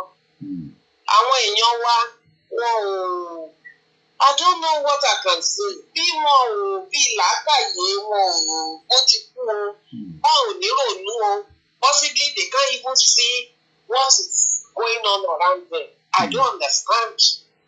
Àwọn Fúlàní wọ́n ti ní long-term picture táwọn wò nísìnyí drone footage tí àwọn ọmọ wa shoot jáde ní alẹ́ àná ẹ wo Ọ̀ṣun state ẹ wo bí gbogbo ẹ̀ ṣe dúdú.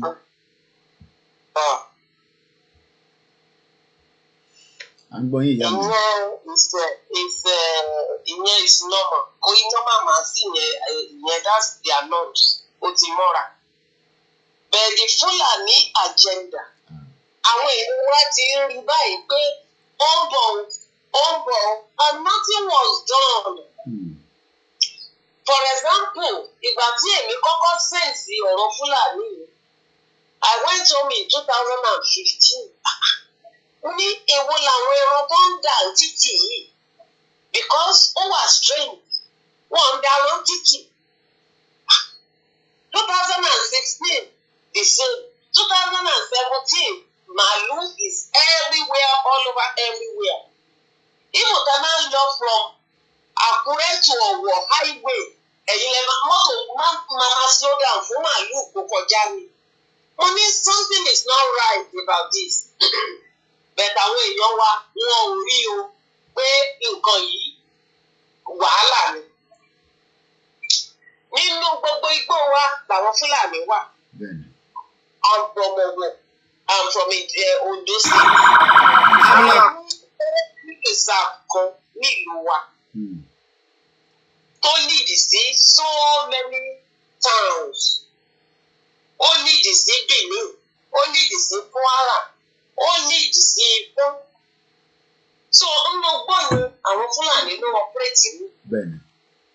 Even my own small town you will see Fulani everywhere. Àwọn èèyàn wa ò dẹ̀ ṣe nǹkan kan. Ìrọ̀lẹ́ báyìí wọ́n máa ṣe stupid suya, wọ́n dẹ̀ máa rà á jẹ. I don't understand nǹkan tó ń iye àwọn èèyàn wa lọ. All these people each community, Thomas stand, they can still fight these people, they can chase them out. But we'll see everybody keep on talking, ignoring it, pretending that it is okay. That's what started my path today. What is going on? Look at our politicians. Look at what they are doing. Ṣé àwọn ò rí iná pé ìlú ti dàrú? Ṣé àwọn ò rí iná pé there's war already nílùú yẹn? And they are fighting themselves about politics, doing all this rubbishness about. Ó ṣe ni láàánú is very sad. And ìlànà ìṣẹ̀lànà global directorate tàbí nǹkan tó ń jẹ́ àwọn organization tó tún kígbe mí. Can we have their name? Come the list of their name so that a máa dárúkọ wọn, a máa gbé wọn ṣépè. That's what we're going to be doing. I'm sorry to say that.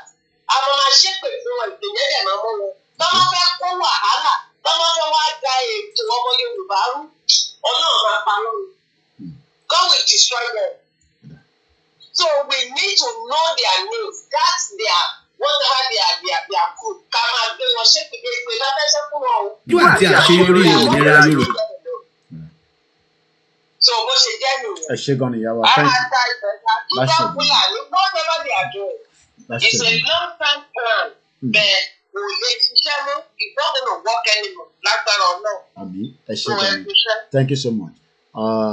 Yoruba Self-Determination Movement Central Account is be unveiled this weekend.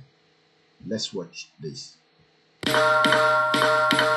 Ẹ wò ó tẹ́ ẹ̀ báyìí tí ì gbọ́ ẹ̀jẹ̀ já yín sí kẹ́yìn pàápàá lè tètè já gbogbo ẹni tí ò báyìí tí ì gbọ́ sí i wípé àsùnwọ̀n àpapọ̀ fọ́mọ Yorùbá tá a mọ̀ sí Yorùbá Central Account YCA tó jẹ́ Central Account tí gbogbo wa lè mọ sanwó sí fún tẹ̀síwájú àti àṣeyọrí òmìnira Yorùbá Yorùbá Central Account gẹ́gẹ́ bẹ́yìn náà ti ṣe mọ̀ wípé ìsúnwẹ́rẹ́wẹ́rẹ́ báyìí ló ń domi àdúró sójú kọtọ̀ ló lè mú tọ̀kún táti hó gudugudu bí ọṣẹ èrò wa lórí àsùnwọ̀n àpapọ̀ yìí ni wípé afẹ́kọ̀rọ̀ owó dídá túbọ̀ rọ gbogbo wa lọ́rùn ju dáwọ́ síbi dáwọ́ sọ̀hún tá à ń ṣe lọ àti wípé kí ogun aláǹkóni ní papámọ́ra láàkó tàbá nílò owó lójijì dìtàn àsùnwọ̀n àpapọ̀ fún gbogbo ọmọ Yorùbá Yorùbá Central Account YCA ọ̀kan òjọ̀kan ìlàkàlẹ̀ ètò ló ti wà ní sẹpẹ́ fún ìrọ̀rùn àti san irúfẹ́ owó ìlú tá a bá fẹ́ fi ran ìjàgbára òmìnira ilẹ̀ bàbá wa lọ́wọ́ bó ṣe dọ́là pounds euro àti bẹ́ẹ̀ bẹ́ẹ̀ lọ bákan náà ni a ti ní àwọn ètò àlàkalẹ̀ tẹ́ ẹ fi láǹfààní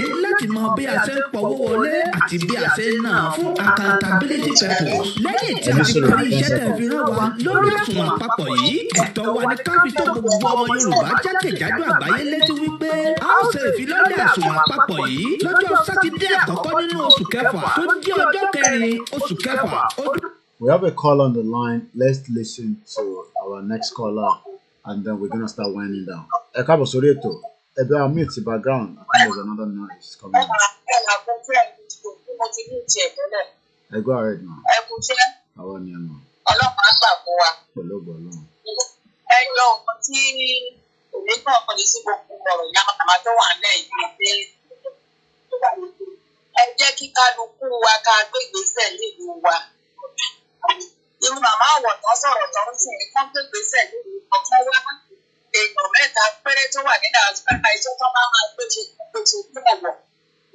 Àwọn tó bá wà ń kà rẹ̀ tó bá wà ní gbogbo ìlú Ondo State ní gbogbo state ní onílùú ẹ jẹ́ ká gbé ìgbésẹ̀. Ká gbé ìgbésẹ̀ nǹkan tá a bá lè ṣe ká ṣe ká wá pa gbogbo ẹ̀kọ́ sójú kan. Tí ìwọ bá ṣe tìlú ẹ̀ tí mo ṣe tìlú mi ẹ̀rù máa ba àwọn pípù wọ̀nyí tó bá rẹ́rù ẹ̀rù á bà wọn kò tọmọdé tó rẹ́rù tẹ́rù ò bá. Gbogbo bọ́n ṣe ń halẹ̀ wọn ò tí ì rẹ́rù ni. Ẹ jẹ́ ká ṣe nǹkan tó máa dẹ́rù bà wọ́n ká gbé ìgbésẹ̀ nílùú wa. Ó pẹ́ tẹ̀lé tí sọ̀rọ̀ ẹ̀ ṣùgbọ́n ó dàbí pé àwọn ọmọ Yorùbá wọn láì gbé ẹjọ́ wẹ́wẹ́ gan ni o. Ẹgbẹ́ wọn tó kọ̀ tó bá ti di ẹjọ́ bá yọ̀ lọ́rùn rárá tán. Wọ́n bẹ̀ mọ̀ pé sọ yìí kì í ṣe kékeré. Sọ nǹkan tẹ̀mí kàn fẹ́ dá sí nìyẹn kì í ṣe táìmù ẹjọ́ la wà. Ọjọ́ tó kọ́ bẹ̀rẹ̀ láti fi ọkọ̀ kejì tó fi ń bẹ́jọ́ yìí bọ̀. Ó yẹ kó rí wá ti fẹ́ ká ti mọ ibi tó yẹ ká yẹ̀ sí. Ó yẹ káwọn Fúlàní nìkan ti máa rí àmì. Ó yẹ kẹsẹ̀ ti máa bì kí ilẹ̀ ti máa bì wọ́n wọn lẹ́sẹ̀. Ó yẹ kí kálukú wọn ti máa padà níbọ̀ kan kí ìgbésẹ̀. Ṣùgbọ́n a kàn máa jókòó sórí ìkànnì.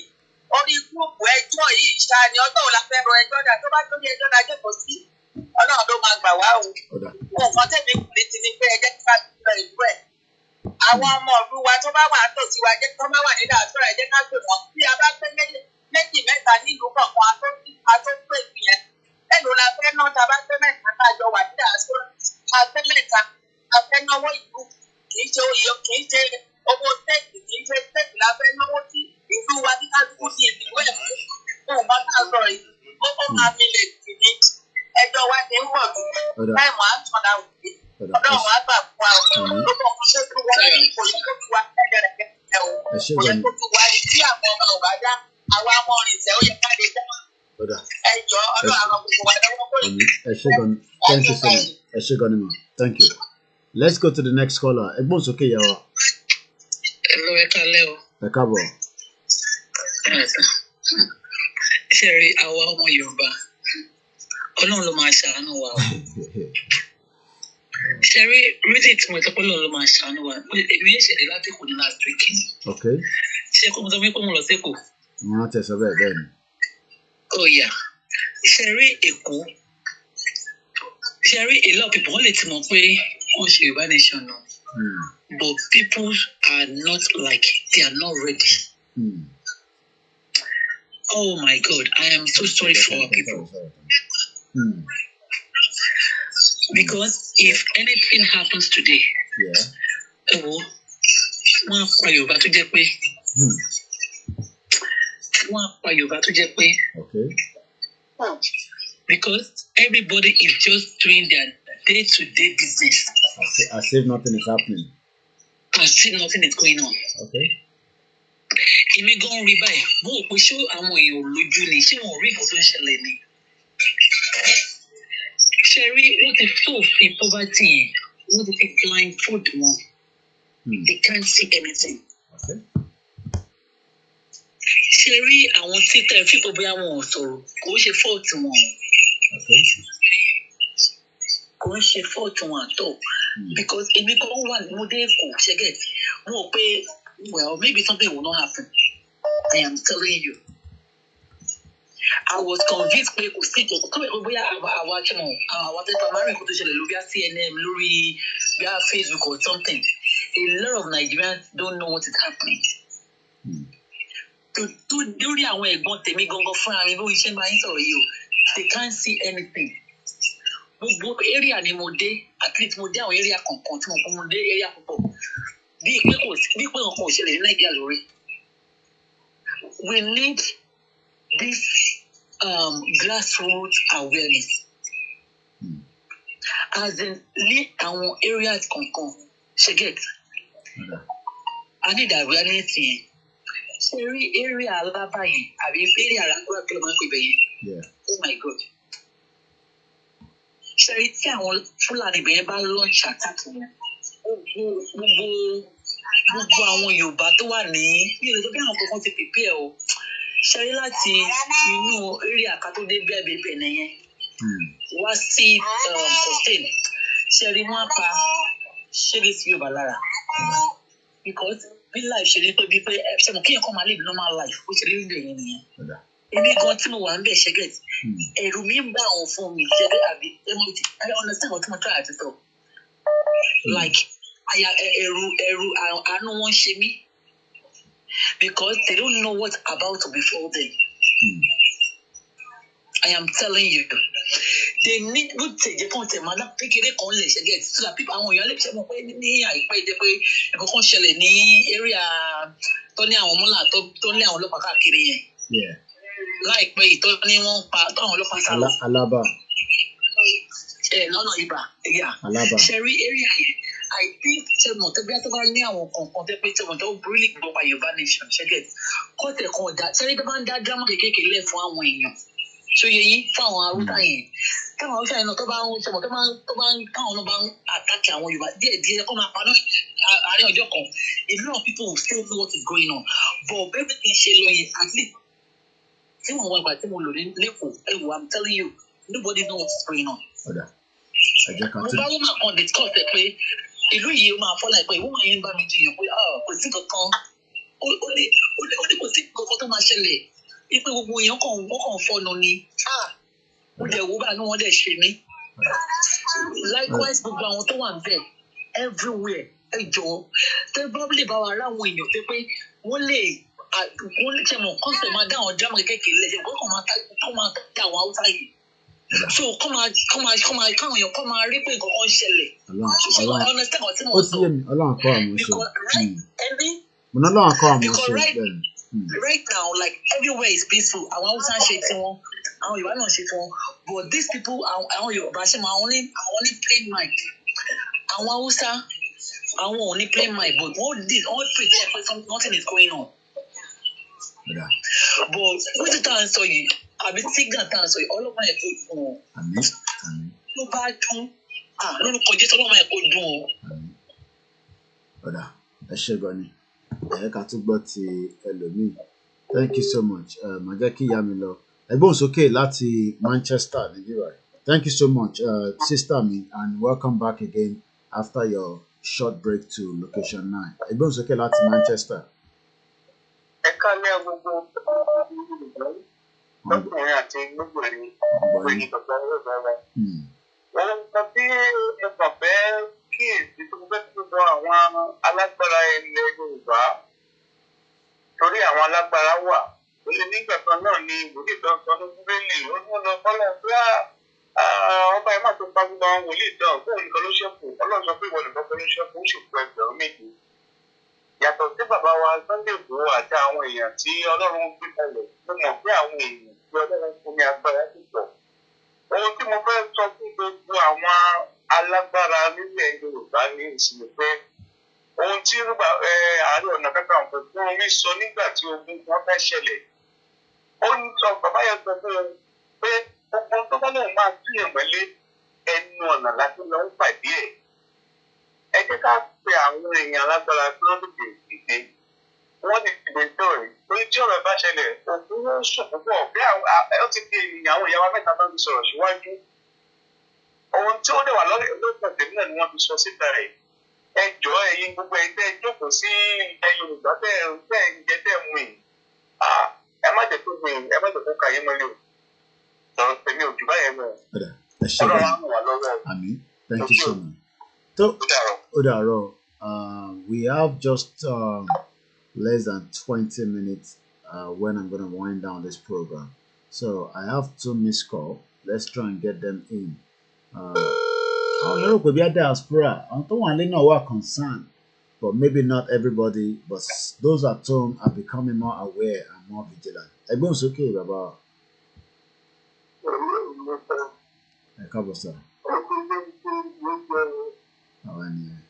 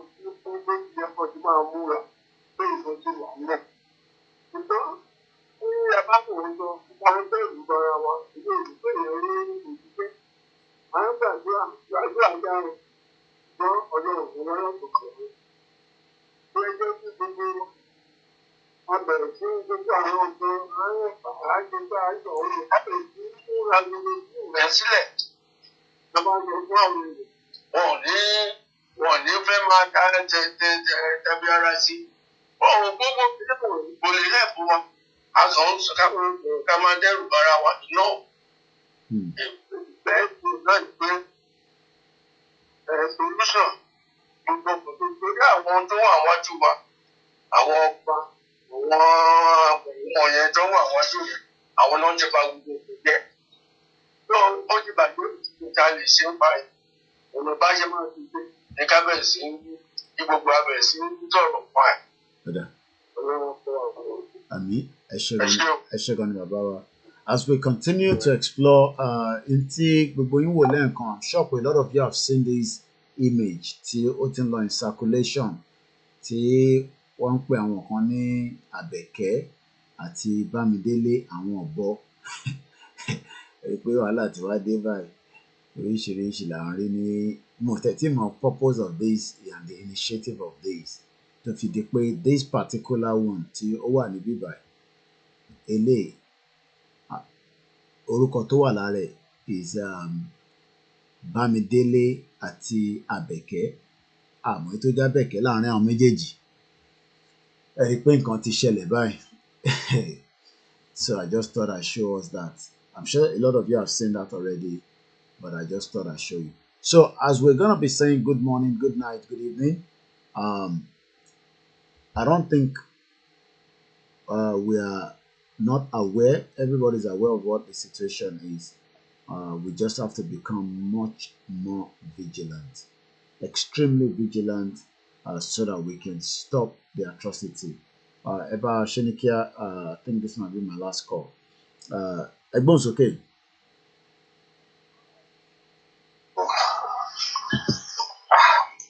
Mo dẹ̀ ń wo àwòrán yẹn, àwọn ọ̀pọ̀ tó ń sọ ní orúkọ Yorùbá ẹ̀, omi dẹ̀ bí máa jábọ́ lójú mi ṣá.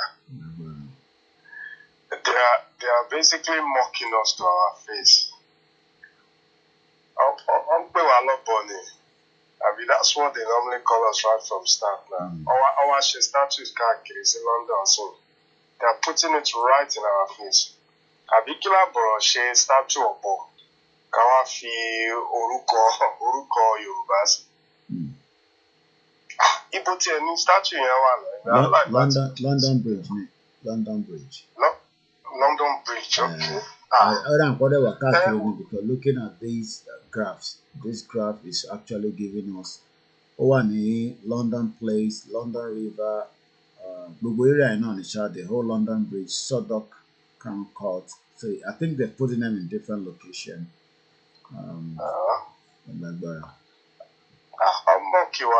Well, I was late to join your broadcast tonight, but on the basis of the topic you put on, the awareness is very important, but artificial awareness, I think the point we are at now is they are both waiting for us to trigger, and it's like we ourselves are waiting for them to trigger. Okay. So, anyone will be, ṣé a máa dúró kó jẹ́ pé àwọn ọmọ akọ́ launch bòṣà táàdẹ̀ mọye ẹ̀mí tó máa lọ sí káwa tó wá react, àbí ṣé káwa kúkú máa ṣiṣẹ́ lábẹ́lẹ̀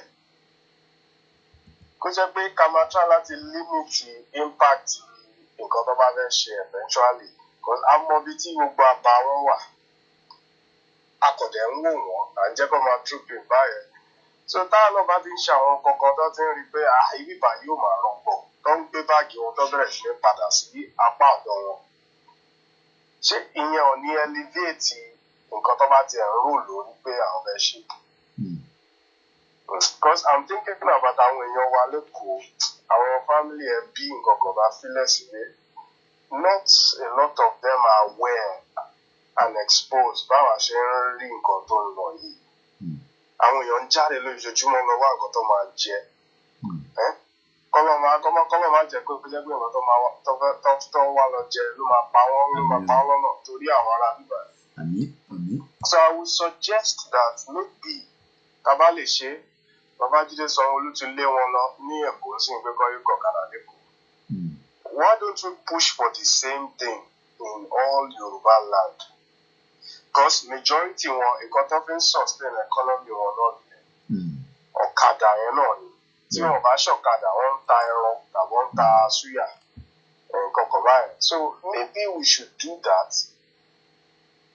individually. Káwọn ọmọ Yorùbá náà káyé gun ọ̀kadà Fúlàní. Tàbá ti stop ọ̀kadà pé okay gbé mi lọ bí báyìí. Tàbá ti gbé di ẹnu ẹ̀ tàbí pé Fúlàní ni ká má lo ọ̀kadà. Tí wọn ò bá rówó jẹun mọ́ economically àkàbẹ̀rẹ̀ sí ní máa cripple wọn báyìí náà.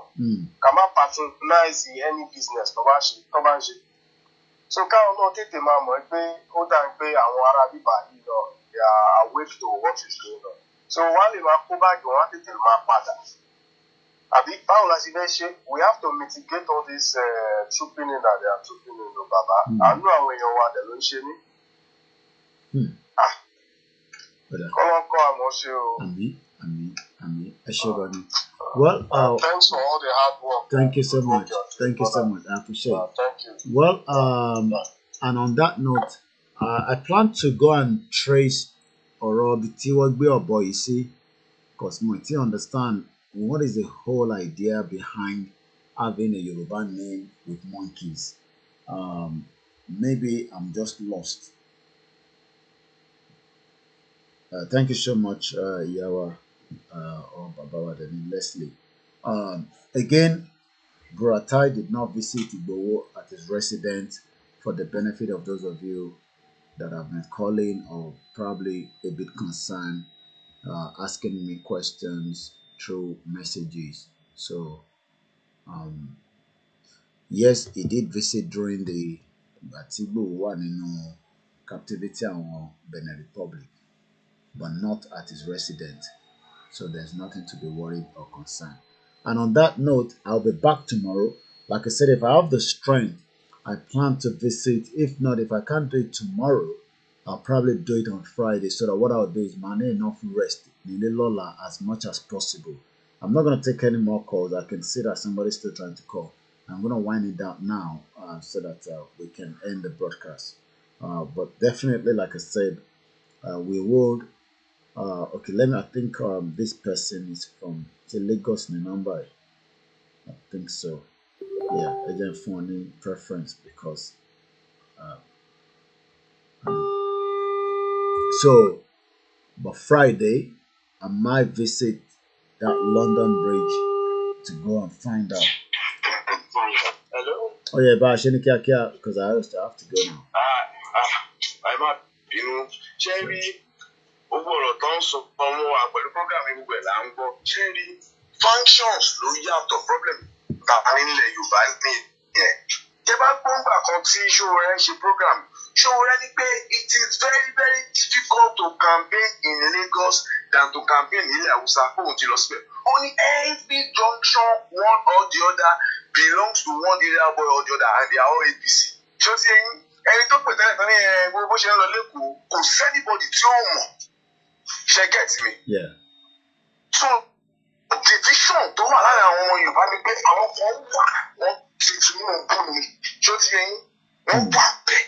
Ṣé láwọn tó ń pariwo tó ń pa àwọn bọ́ọ̀lù àwọn fún àwọn tó náà àwọn fúnra tó náà ya wèrè yìí ládùúgbò tèmi nígbà táwọn ọmọ kóòtù yẹn bẹ̀rẹ̀ last year tó bẹ̀rẹ̀ wàhálà wọ́n ń gba ọ̀kadà lọ́wọ́ wọn ni wọ́n ń gba ọ̀kadà lọ́wọ́ wọn. Mi wá mọ báyìí channel energy àwọn ọmọ yẹn kò yé mi because àwọn àyè wà àwọn axmen wà àwọn buccaneers àwọn ọmọ Yorùbá jẹ́ pé wọn ò ṣe ilé rárá wọ́n ń gba ọ̀kadà lọ́wọ́ àwọn Fúlàní pẹ̀lú wọ́n ń gbà lálẹ́ wọ́n ń gbà tó láti bẹ̀rẹ̀ wàhálà wọn àwọn kan máa sá lọ. So mi báwo ẹgbẹ́ channel energy àwọn ọmọ ẹ sí nǹkan tá à ń sọ yìí pé anybody mọ̀ lẹ́kọ̀ọ́ wọ́n kàn ń ṣeré yẹn ẹ mọ̀ ẹlòmíì wọ́n ti believe nínú aṣíwájú pé Tinubu pé nìkan ìyẹn wà two ìjẹ́rí wọ́n tún lọ ká ẹ̀gbọ́n àbúrò mọ́ sí tèmi wọ́n lọ ká mọ́ òkú àwọn tá à ń sọ ọlọ́run ní pé fún bàbá yẹn ó ti jàrá ládéwédú wọ́n ṣe mú sí lára yẹn tó mú sí lára wá gbà lọ́wọ́ wọn ẹjẹ́ àmì ẹjẹ́ ẹbí ó ti pé yín. Ó yé mi. tí o gbàtọ́ wọn láti wá máa gbé gbogbo wa pé nǹkan tí ń ṣẹlẹ̀ nílò pé wọ́n ti wípé kọ́ máa wà á vengeance o wọ́n á sáré gba àwọn ẹ̀gbọ́n báyìí ní ẹ má wọrí mítì ní lọ. sọ yí pé àwọn abúlé kan wà ẹni tó bá ilé iṣẹ́ ìṣẹ̀lẹ̀ sí mi jẹ́ pé arrangement wà àwọn ẹni kan ti ń ṣe iṣẹ́ nílẹ̀ Yorùbá. but àwọn political kìíní yìí ni problem pé wọn ò mọ̀ pé wọn ò gbáradì wọn everybody ń dúró de godfather yìí. kó fún wọn ní go ahead. ìpínlẹ̀ àwọn pé kò sí iṣẹ́ wà lọ́wọ́ àwọn tó ń pé wọ́n ń lo politics ní just like the way ní ìgbà tó ṣẹlẹ̀. Bẹ́ẹ̀ni àrí. ìwọ náà ti rí.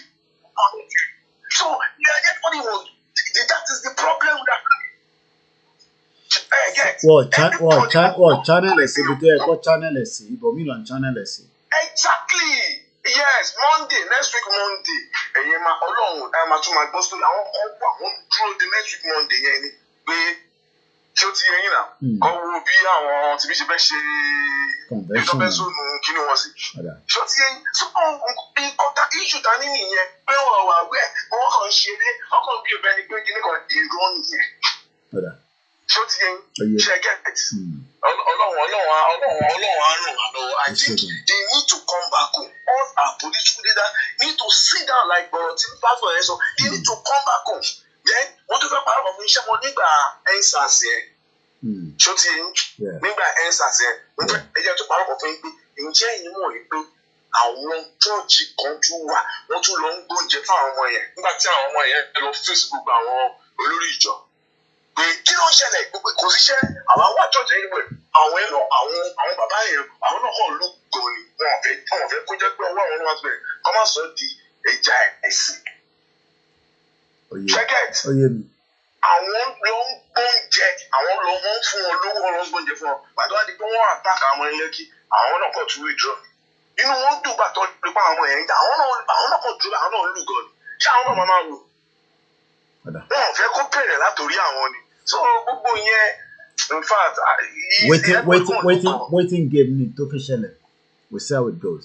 Exactly. It's a waiting game. Wọ́n sọ fún yín pé chọ́ọ̀chì tẹ̀mí wọ́n lọ ń gbóúnjẹ fún wọn bẹ̀ wọ́n fún wọn lógún ẹ má wọlé ẹ má yẹ àwa ti dàgbà.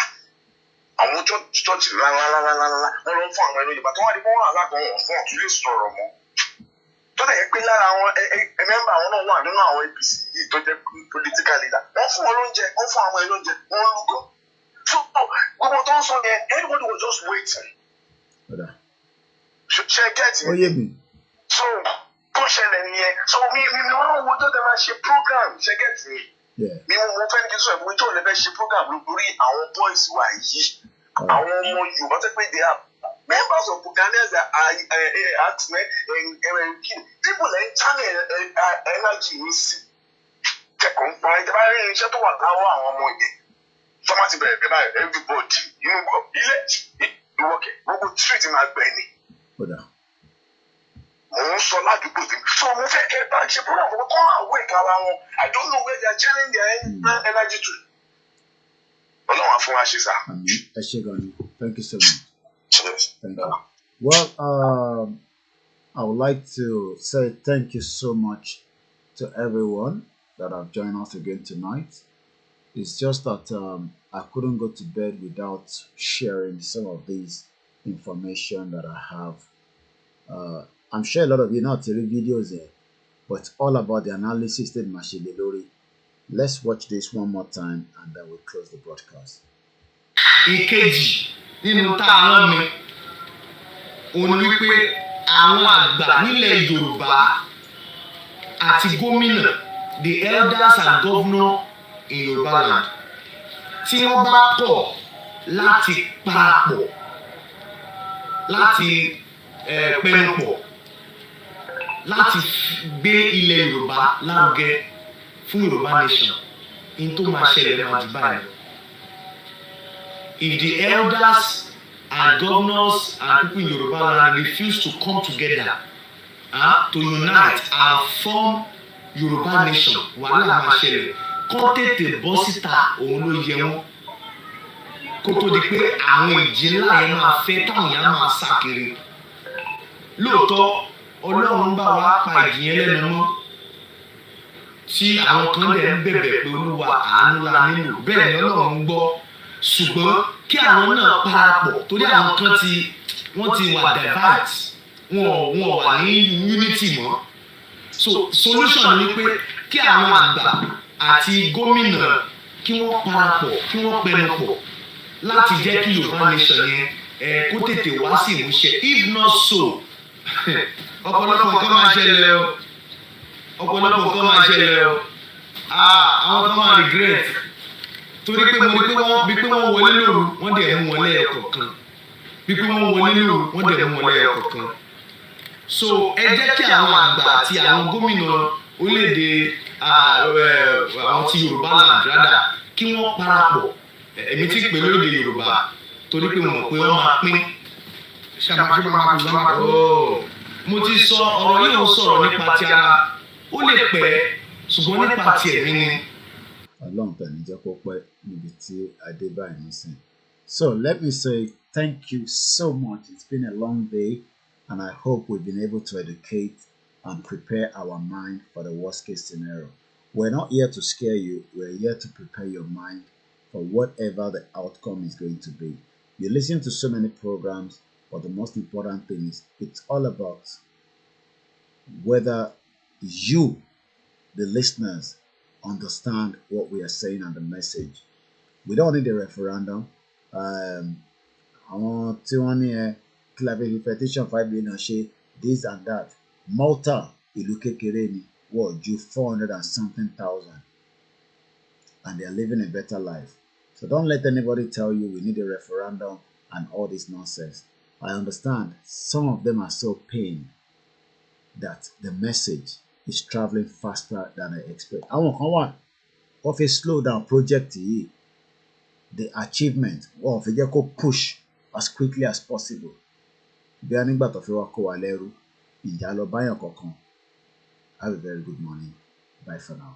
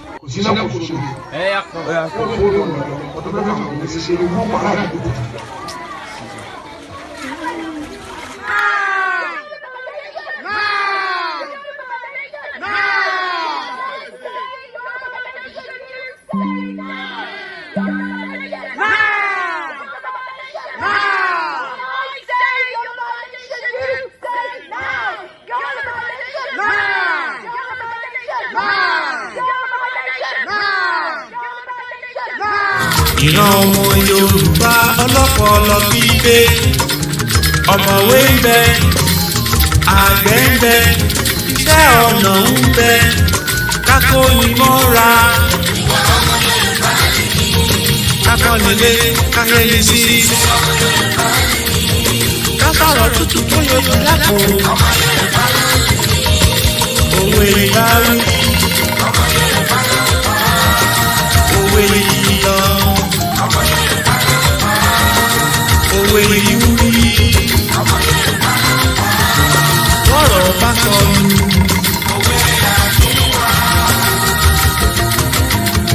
Àkàrà èdè ń kọ́ ibi ní ìyá.